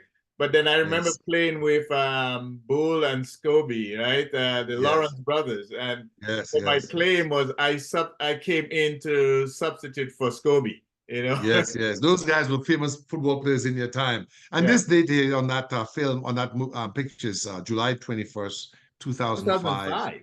Yeah, that's almost 25 years ago. Yes, indeed. And this was fantastic.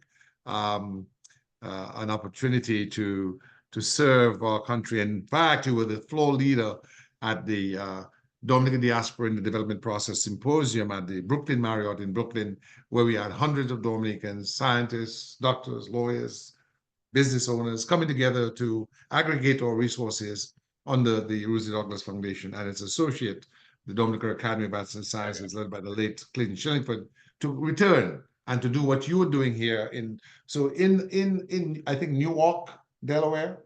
You were doing projects in community development and mentoring young people, trying to get them off the streets from drugs or gangs and to direct them in ways beneficial, utilizing the skill sets you developed as a student leader and as a corporate executive and a successful college graduate to get them through in life. And you were doing the same thing for Dominica. How fulfilling was that for you and Ruby to be engaged in such monumental efforts? Well, it was really fulfilling, and I think it was projects like this. That's where that's what it makes me bring joy to me, and I'm passionate about that. And it's things like also with the University of Dayton, right? So where we bring engineering students to Dominica in the Ethos program. So being on the board of trustees for the University of Dayton, I was able to be involved. The Ethos program is something that we do around the world, but bring it to Dominica. And it's really what they call engineers in technical opportunities of service learning, right? So it's cultural immersion for these young engineers that are studying engineering to come to and work on projects. So we worked on projects like the coconut oil, so helping improve the yield of coconut oil in Dominica. And as a matter of fact, the only reason we stopped it is because of the hurricane, and then I've been involved in other things. But now I was just at University of Dayton 2 weeks ago, and we're going to restart that program. And not only that, we're looking at expanding it into even the Kalinaga territory, because there's a component of it that we want to do there. And so it's kind of exciting. We bring the students in for about 10 weeks, about 3 students, and they involve in that process. Yeah.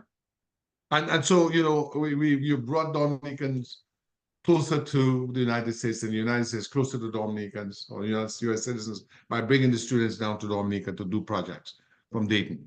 Yes. That's correct. But one of the most remarkable projects we undertook together as part of the Dominica Academy of Arts and Sciences and the law firm and Pontcasse Press was in 2009, when your relative, who was then the Attorney General of England, Baroness Patricia Scotland, was honored at Andrews Air Force Base, along with the soldiers and airmen of the Royal Air Force and the British Army, like Squadron Leader Cross, Flight Lieutenant Thompson of Jamaica, Cross from Trinidad, our dad, Wendell Christian from Dominica, British Army. And here you are with the Attorney General, after having presented yourself and Clayton Shillingford an award to her for distinguished service, which benefited our island's image in the world. We've got Dr. Shillingford to her left, to her right rather, you are to her left, where she has her plaque in her hand, and yours truly right next to you, and Justice Andre. What a wonderful moment. Tell us a bit about that event at Andrews Air Force Base Officers Club. in Maryland. Yeah, so I had the privilege to kind of MC that event, and just having Baroness Scotland there was, and she was such at that time. As we reflect back on that time, it was a great time that she took the time to do that. At the time when she was the Attorney General, I think that event. Eric Holder was the Attorney General for the United States. And so you had two people of Caribbean descent in so those here positions. you have the Attorney General for the United Kingdom, Baroness Patricia Scotland, and the Attorney General for the United States, Eric Holder, of Caribbean descent. So Baroness Scotland from Dominica, Eric Holder from Barbados, right? And so it was such an honor and a privilege to be there, and she and I have been engaged in many other things since that time on projects and opportunities. I just saw her last week in New York for Climate Week, because in her role as the Secretary General for the Commonwealth. So here's Lynton Scotland with the Attorney General of the United States at the time, Eric Holder, and that's in an article written by somebody that I think we both know, my friend, the rocket scientist, Lynton Scotland of St. Joseph. You remember that photograph and that article? So Baroness Scotland, that's the picture isn't showing up, Gabe. It's not that one. Okay, I'm sorry. I should have moved on to the other one. Yes, so this was actually at an ELC gala where Eric Holder was being honored. And so we had the opportunity to connect, and he always claimed that Barbados is the best island and they have the best rum and everything. And I said, well, you got to come to Dominica. We have some of the things that you guys don't even have. So it was a great opportunity to spend time with Eric Holder. Yeah, we have some of the best and cleanest rivers in the world. Exactly. Yes. We have to keep it that way. Yeah. So that was back in 2016. So I'll stop sharing that. So again, you have not rested on your laurels. You've not rested on your laurels, and so Lynton, I just wanted to say that you've not rested on your laurels. You were educated in Dominica, benefited from the fruit of the land, wonderful parents, good value system. Went on to the US Virgin Islands, studied in the United States, became a distinguished chemical engineer and corporate executive. But then you immediately started to say to yourself, what can I do to be a humanitarian? What can I do to be an exemplar to those young persons coming behind? What can I do to help benefit my island of birth? What can I do to help benefit the community where I live? And so with the Nehemiah Project, Ms. Christian and I were very honored to join Auntie Ruby, your wife, at the event. You were on travel, where you were honored for your community service here in the United States, in the state of Delaware. And then, of course, we know of your work in Dominica, bringing students from Dayton, helping in way of lectures at the State College, helping in way of different things such as the soccer tournament and different engagements to encourage Dominicans to visit and help build the country. I just want to take a moment here, but not said it before. I want to say it, how proud I feel, how proud I am of you, what you've achieved and what that represents in burnishing on the image of our beloved island, and in burnishing the image of our people as honest, competent, intelligent, disciplined, and kind. Kind because you could have done all of those things and reserved that for yourself and your immediate family. But you've not only just done that in community, as in the United States, in community as in Dominica, but you've taken the time to also be a leader in your family and to help your siblings in myriad ways, And they say that charity begins at home. And sometimes it's not always understood, it's not always appreciated. But I want to let you know, for someone who's known you for a long time and who's been able to observe you, I wish that the path that you've trod is there as a mold, a template for others to pursue. As we get to the end of this, I just wanted to kind of pull it together and ask you for your reflections on that value system which birthed your success and how it can be of utility, of use to those coming behind. So, Gabe, thank you so much. And it's not something that as you know, we talked about it, right? I never really want to do this. But I just came back from the Executive Leadership Council gala, and my friend Keith Pegues was honored. And I mean, it was such a great honor. And I was just so proud to see that. And he said something, it was like,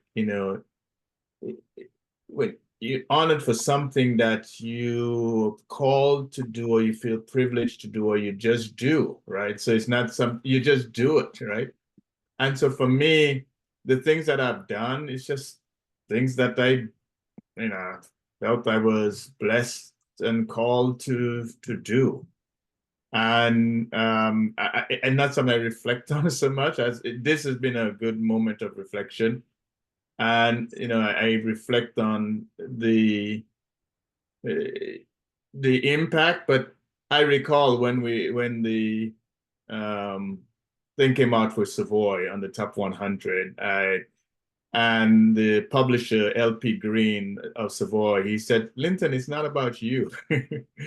It's about the impact you can have on the others that's coming up." And from that perspective, I understood it. And so as I reflect on my career, whether it's in Hercules or Con Edison, which I most recently, at Dupont, at NRG, at Gore, and the opportunities I've had and to impact lives and to help in any small measure, it's been great. So there's a lot more that I want to do, but it's all about service, because that's what my parents were about. My mom, was one of the most giving people that I've ever met. And they lived the life of service, not only to themselves and their children, but to others. And so that's what I've been called to do. And, I've been fortunate to have the opportunity to do that. There's, as we talked about it, there's a lot more that to be done. And I look forward to continue that. As I mentioned, I came back from the ELC Gala. And why this was special to me is because my niece, Ariana Scotland, was honored with the Marvin Ellison Lowe's Emerging Scholar Award. At ELC, we had 130 scholars, but there were 3,000 applications for this scholarship, for these awards. And my niece from the Virgin Islands was one of those that was honored. And so being there and being able to see that, and I was actually on a panel that the scholars were there. She had no idea I was going to be on the panel. And so for her, seeing her uncle as a member of ELC, and there were interviews that they did of us as, having your niece be part of And just take opinion now, just for folks to understand, the ELC represents the C-suite, or the top corporate leaders in America who are African American in descent. So that's Chenault of American Express, McDonald's Corporation, hotel corporations. I mean, top flight with Olive Garden, Red Lobster, top flight guys like yourself, who are either chief executive officers, chief operating officers, or chief procurement officers. Is that right? Yeah, that's correct. And so you come together to help young people, students like your niece and others. It come together for mentoring, for networking, but we do that, and it's the biggest event in Washington D.C. from Black executive perspective. We had 2,800 people at the gala. We had about 1,000 mid-level managers that were just for their session.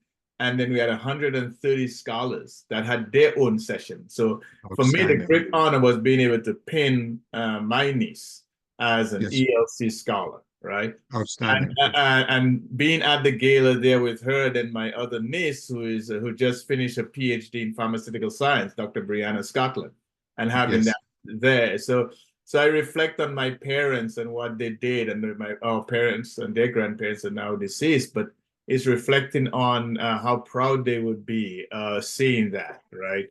And so, from a humble village of St. Joseph, so moi c'est Saint-Jean-Saint-Joseph, c'est Saint-Jean moi sorti, You know, Yes. And what I he's am saying from is, St. I Joseph. am great. Go ahead. In St. Joseph, I was born in, and so from this humble little village in Dominica, and then to being able to do some of the things that I've been able to do, perseverance, hard work, visioning, never giving up, and keeping focus on what you want to achieve, and it's possible.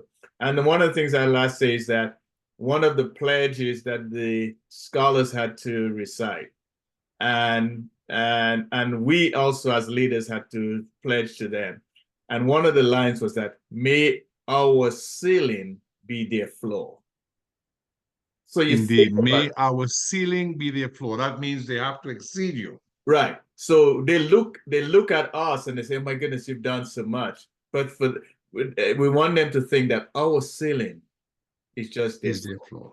right? Indeed. So And may they always give to others evermore. exactly. Something like that. Yeah. You know what I mean? So you know, I reflect on it. First of all, I really appreciate you taking the time to do that and the way you do it. And it's been an honor as I reflect on it. There's a lot more to do. There's a lot, but what we say, to him much is given, much is required. And so I've been blessed. I've been blessed to be born into a family that were hardworking people. I've been blessed to be born in a country like Dominica and in a village like St. Joseph that instilled values in me that carried me throughout my career. And then blessed to be able to give back, because it's not about us, it's about the next generation. So I'm beaming in pride when I see the young people doing what they're doing and taking full advantage of the opportunities that are in this country that are not elsewhere, right? And so you can't come into this country and just not take advantage of it, maximize the opportunity, we always say to people, and you know, things unfold. And when as Dr. King taught us, because in this moment he was a man of faith, and I'm going to ask about faith in a moment. In this moment, I believe when you encapsulate all you've done, how much of that was driven by the faith of your parents and the faith of, I mean, I can't get away from your Christian antecedents in that you're of a Christian, a very strong Christian faith. How much did that drive you? So it certainly framed a lot of what we did, and it instilled, you know, values, right? So moral values, integrity, and love. And I mentioned my sister Daisy, who passed, right? Yes, sir. And Yes, sir. so you think of a daisy, what that looked like. In the middle of the daisy flower, it's gold, and the petals are white. And so my sister Daisy had a heart of gold with a love that was pure. And that's, to a certain extent, I think it epitomizes my mom, who had a heart of gold, and there's a pure love for her family and others. And my dad. So every year around this time, this daisy flower blooms. And it's also around the time my sister passed, but it epitomizes who she was, and it lives on in her daughter and in all of us. So thanks. Indeed. God bless you. God bless you. God bless you. So inspirational, Lynton. And you know, I was just thinking, I don't know if you can see this. This was it's a still, I think, of you at the, can you see it? Yes, I can.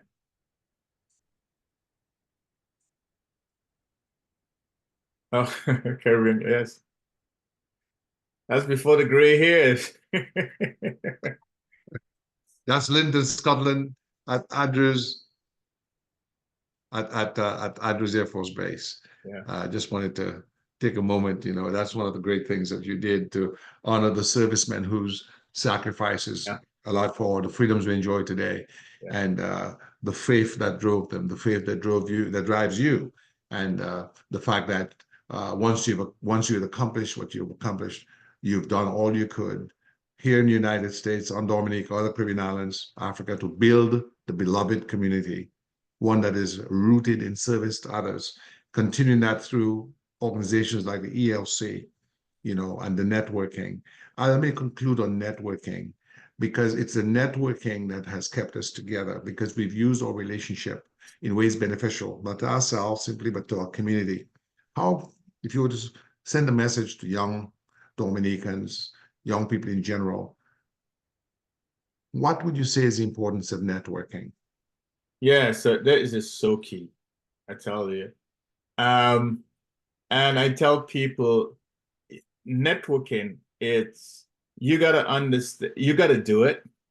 And even if you might be trying to network with somebody and they're not responding, who is it more important to? If it's important to you, you're going to continue and you're going to push and you're going to reach out, right? And so with networking, a lot of that's why ELC is so successful. We network with each other because we come together, because there are times when I'm going through a really rough time, but I could network, I could contact my brother, I could contact somebody to help me through this. Networking for young people, get to know the people who can be supportive and helpful for your development. Nurture that relationship, right? Don't expect them to always come to you. You go out to them. So get to know those folks. So that's why being in those environments, right? So for my nieces, being in that room. And so I'm introducing them to the CEO of Ecolab. I'm introducing them to people who sit on the corporate boards. And it's up to them now to send that note to say, it was such a pleasure meeting you. Thank you so much for what you shared with me, because it now resonates with in their mind. Okay, I remember meeting that person.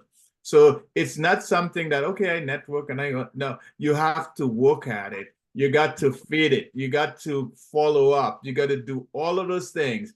And that's one of the things I had to do in my career. I met so many people, but I would spend time and connect with them. And there's a great friend of mine, Roy Dunbar, right? Even today, I spend time with Roy and bring my nieces to meet Roy so that they can get some of the wisdom that he has, right? And so when you have those opportunities, take advantage of them, right? Don't take them for granted. Don't think it will always be there. And don't think everybody have it, because not everybody have these opportunities to meet some of those folks that to be mentored or be tutored. When you get those opportunities, utilize them. But I'll say the last thing. Also, remember to be grateful, to say thank you, to reach back and say thank you for what you did for me. That was one of the things that my parents taught us to do. Always go back to the people that were instrumental in your development and say thank you. So I'd go back to Dominica with my teachers and say, man, when Caleb Laura was alive, reach back to him and say, thank you so much for what you did for me. So those are the things that I think that's really, really important. Yes, indeed. And I have a very nice picture. To your left would be the beaming Roy Dunbar. We last met at Roy Dunbar. Wl.L, a very fine gentleman of Jamaican birth and a person who's been, like you, a senior corporate executive in the pharmaceutical industry. He's a pharmaceutical engineer by training. And of course, that's back at the Institute of Caribbean Studies, which also honored you years ago for your service. And Miss Christian, myself, and this chef who was cooking that night. And behind that is the book we did on this soldiers and airmen from the British West Indies who served in World War II, the Royal Air Force, British Army, and then the book of Miss Charles. So Roy Dunbar, very important person, very gracious man, someone who, like you, epitomizes the best values of service, to others. So I just wanted to put a little visual there. Appreciate it. Thank you so much for encapsulating this importance of, reaching out to others, giving service to others, and being grateful to others for the opportunities they've given you. Right. Excellent. God bless you, Lynton. It's been a wonderful interview, and we look forward to maybe a part 2 where we can maybe drill down on the polyethylene fibers. Well, yeah, I mean, there's a lot there, especially in the ELC and in the organization, and then some of the things that we're doing. I guess partly my career journey in corporate America, right? So going from Hercules to NRG to company. At one point in time, stick a pin in that. Yeah. at one point in time, I think when you're at Andrews Air Force Base, you were the vice president of NRG Corporation, which owns most of the nuclear power plants in America. Am I right? Yeah, we own nuclear plants and gas plants and generating over 48,000 megawatts of electricity around the United States. So that was another part of my career. Yeah. Amazing. So you've got Hercules, you've got NRG, you've got Wl.L. Gore, you've got Dupont, you've got Con Edison. At one point in time, you're the chief procurement officer for Con Edison, which runs a grid in New York. Yeah.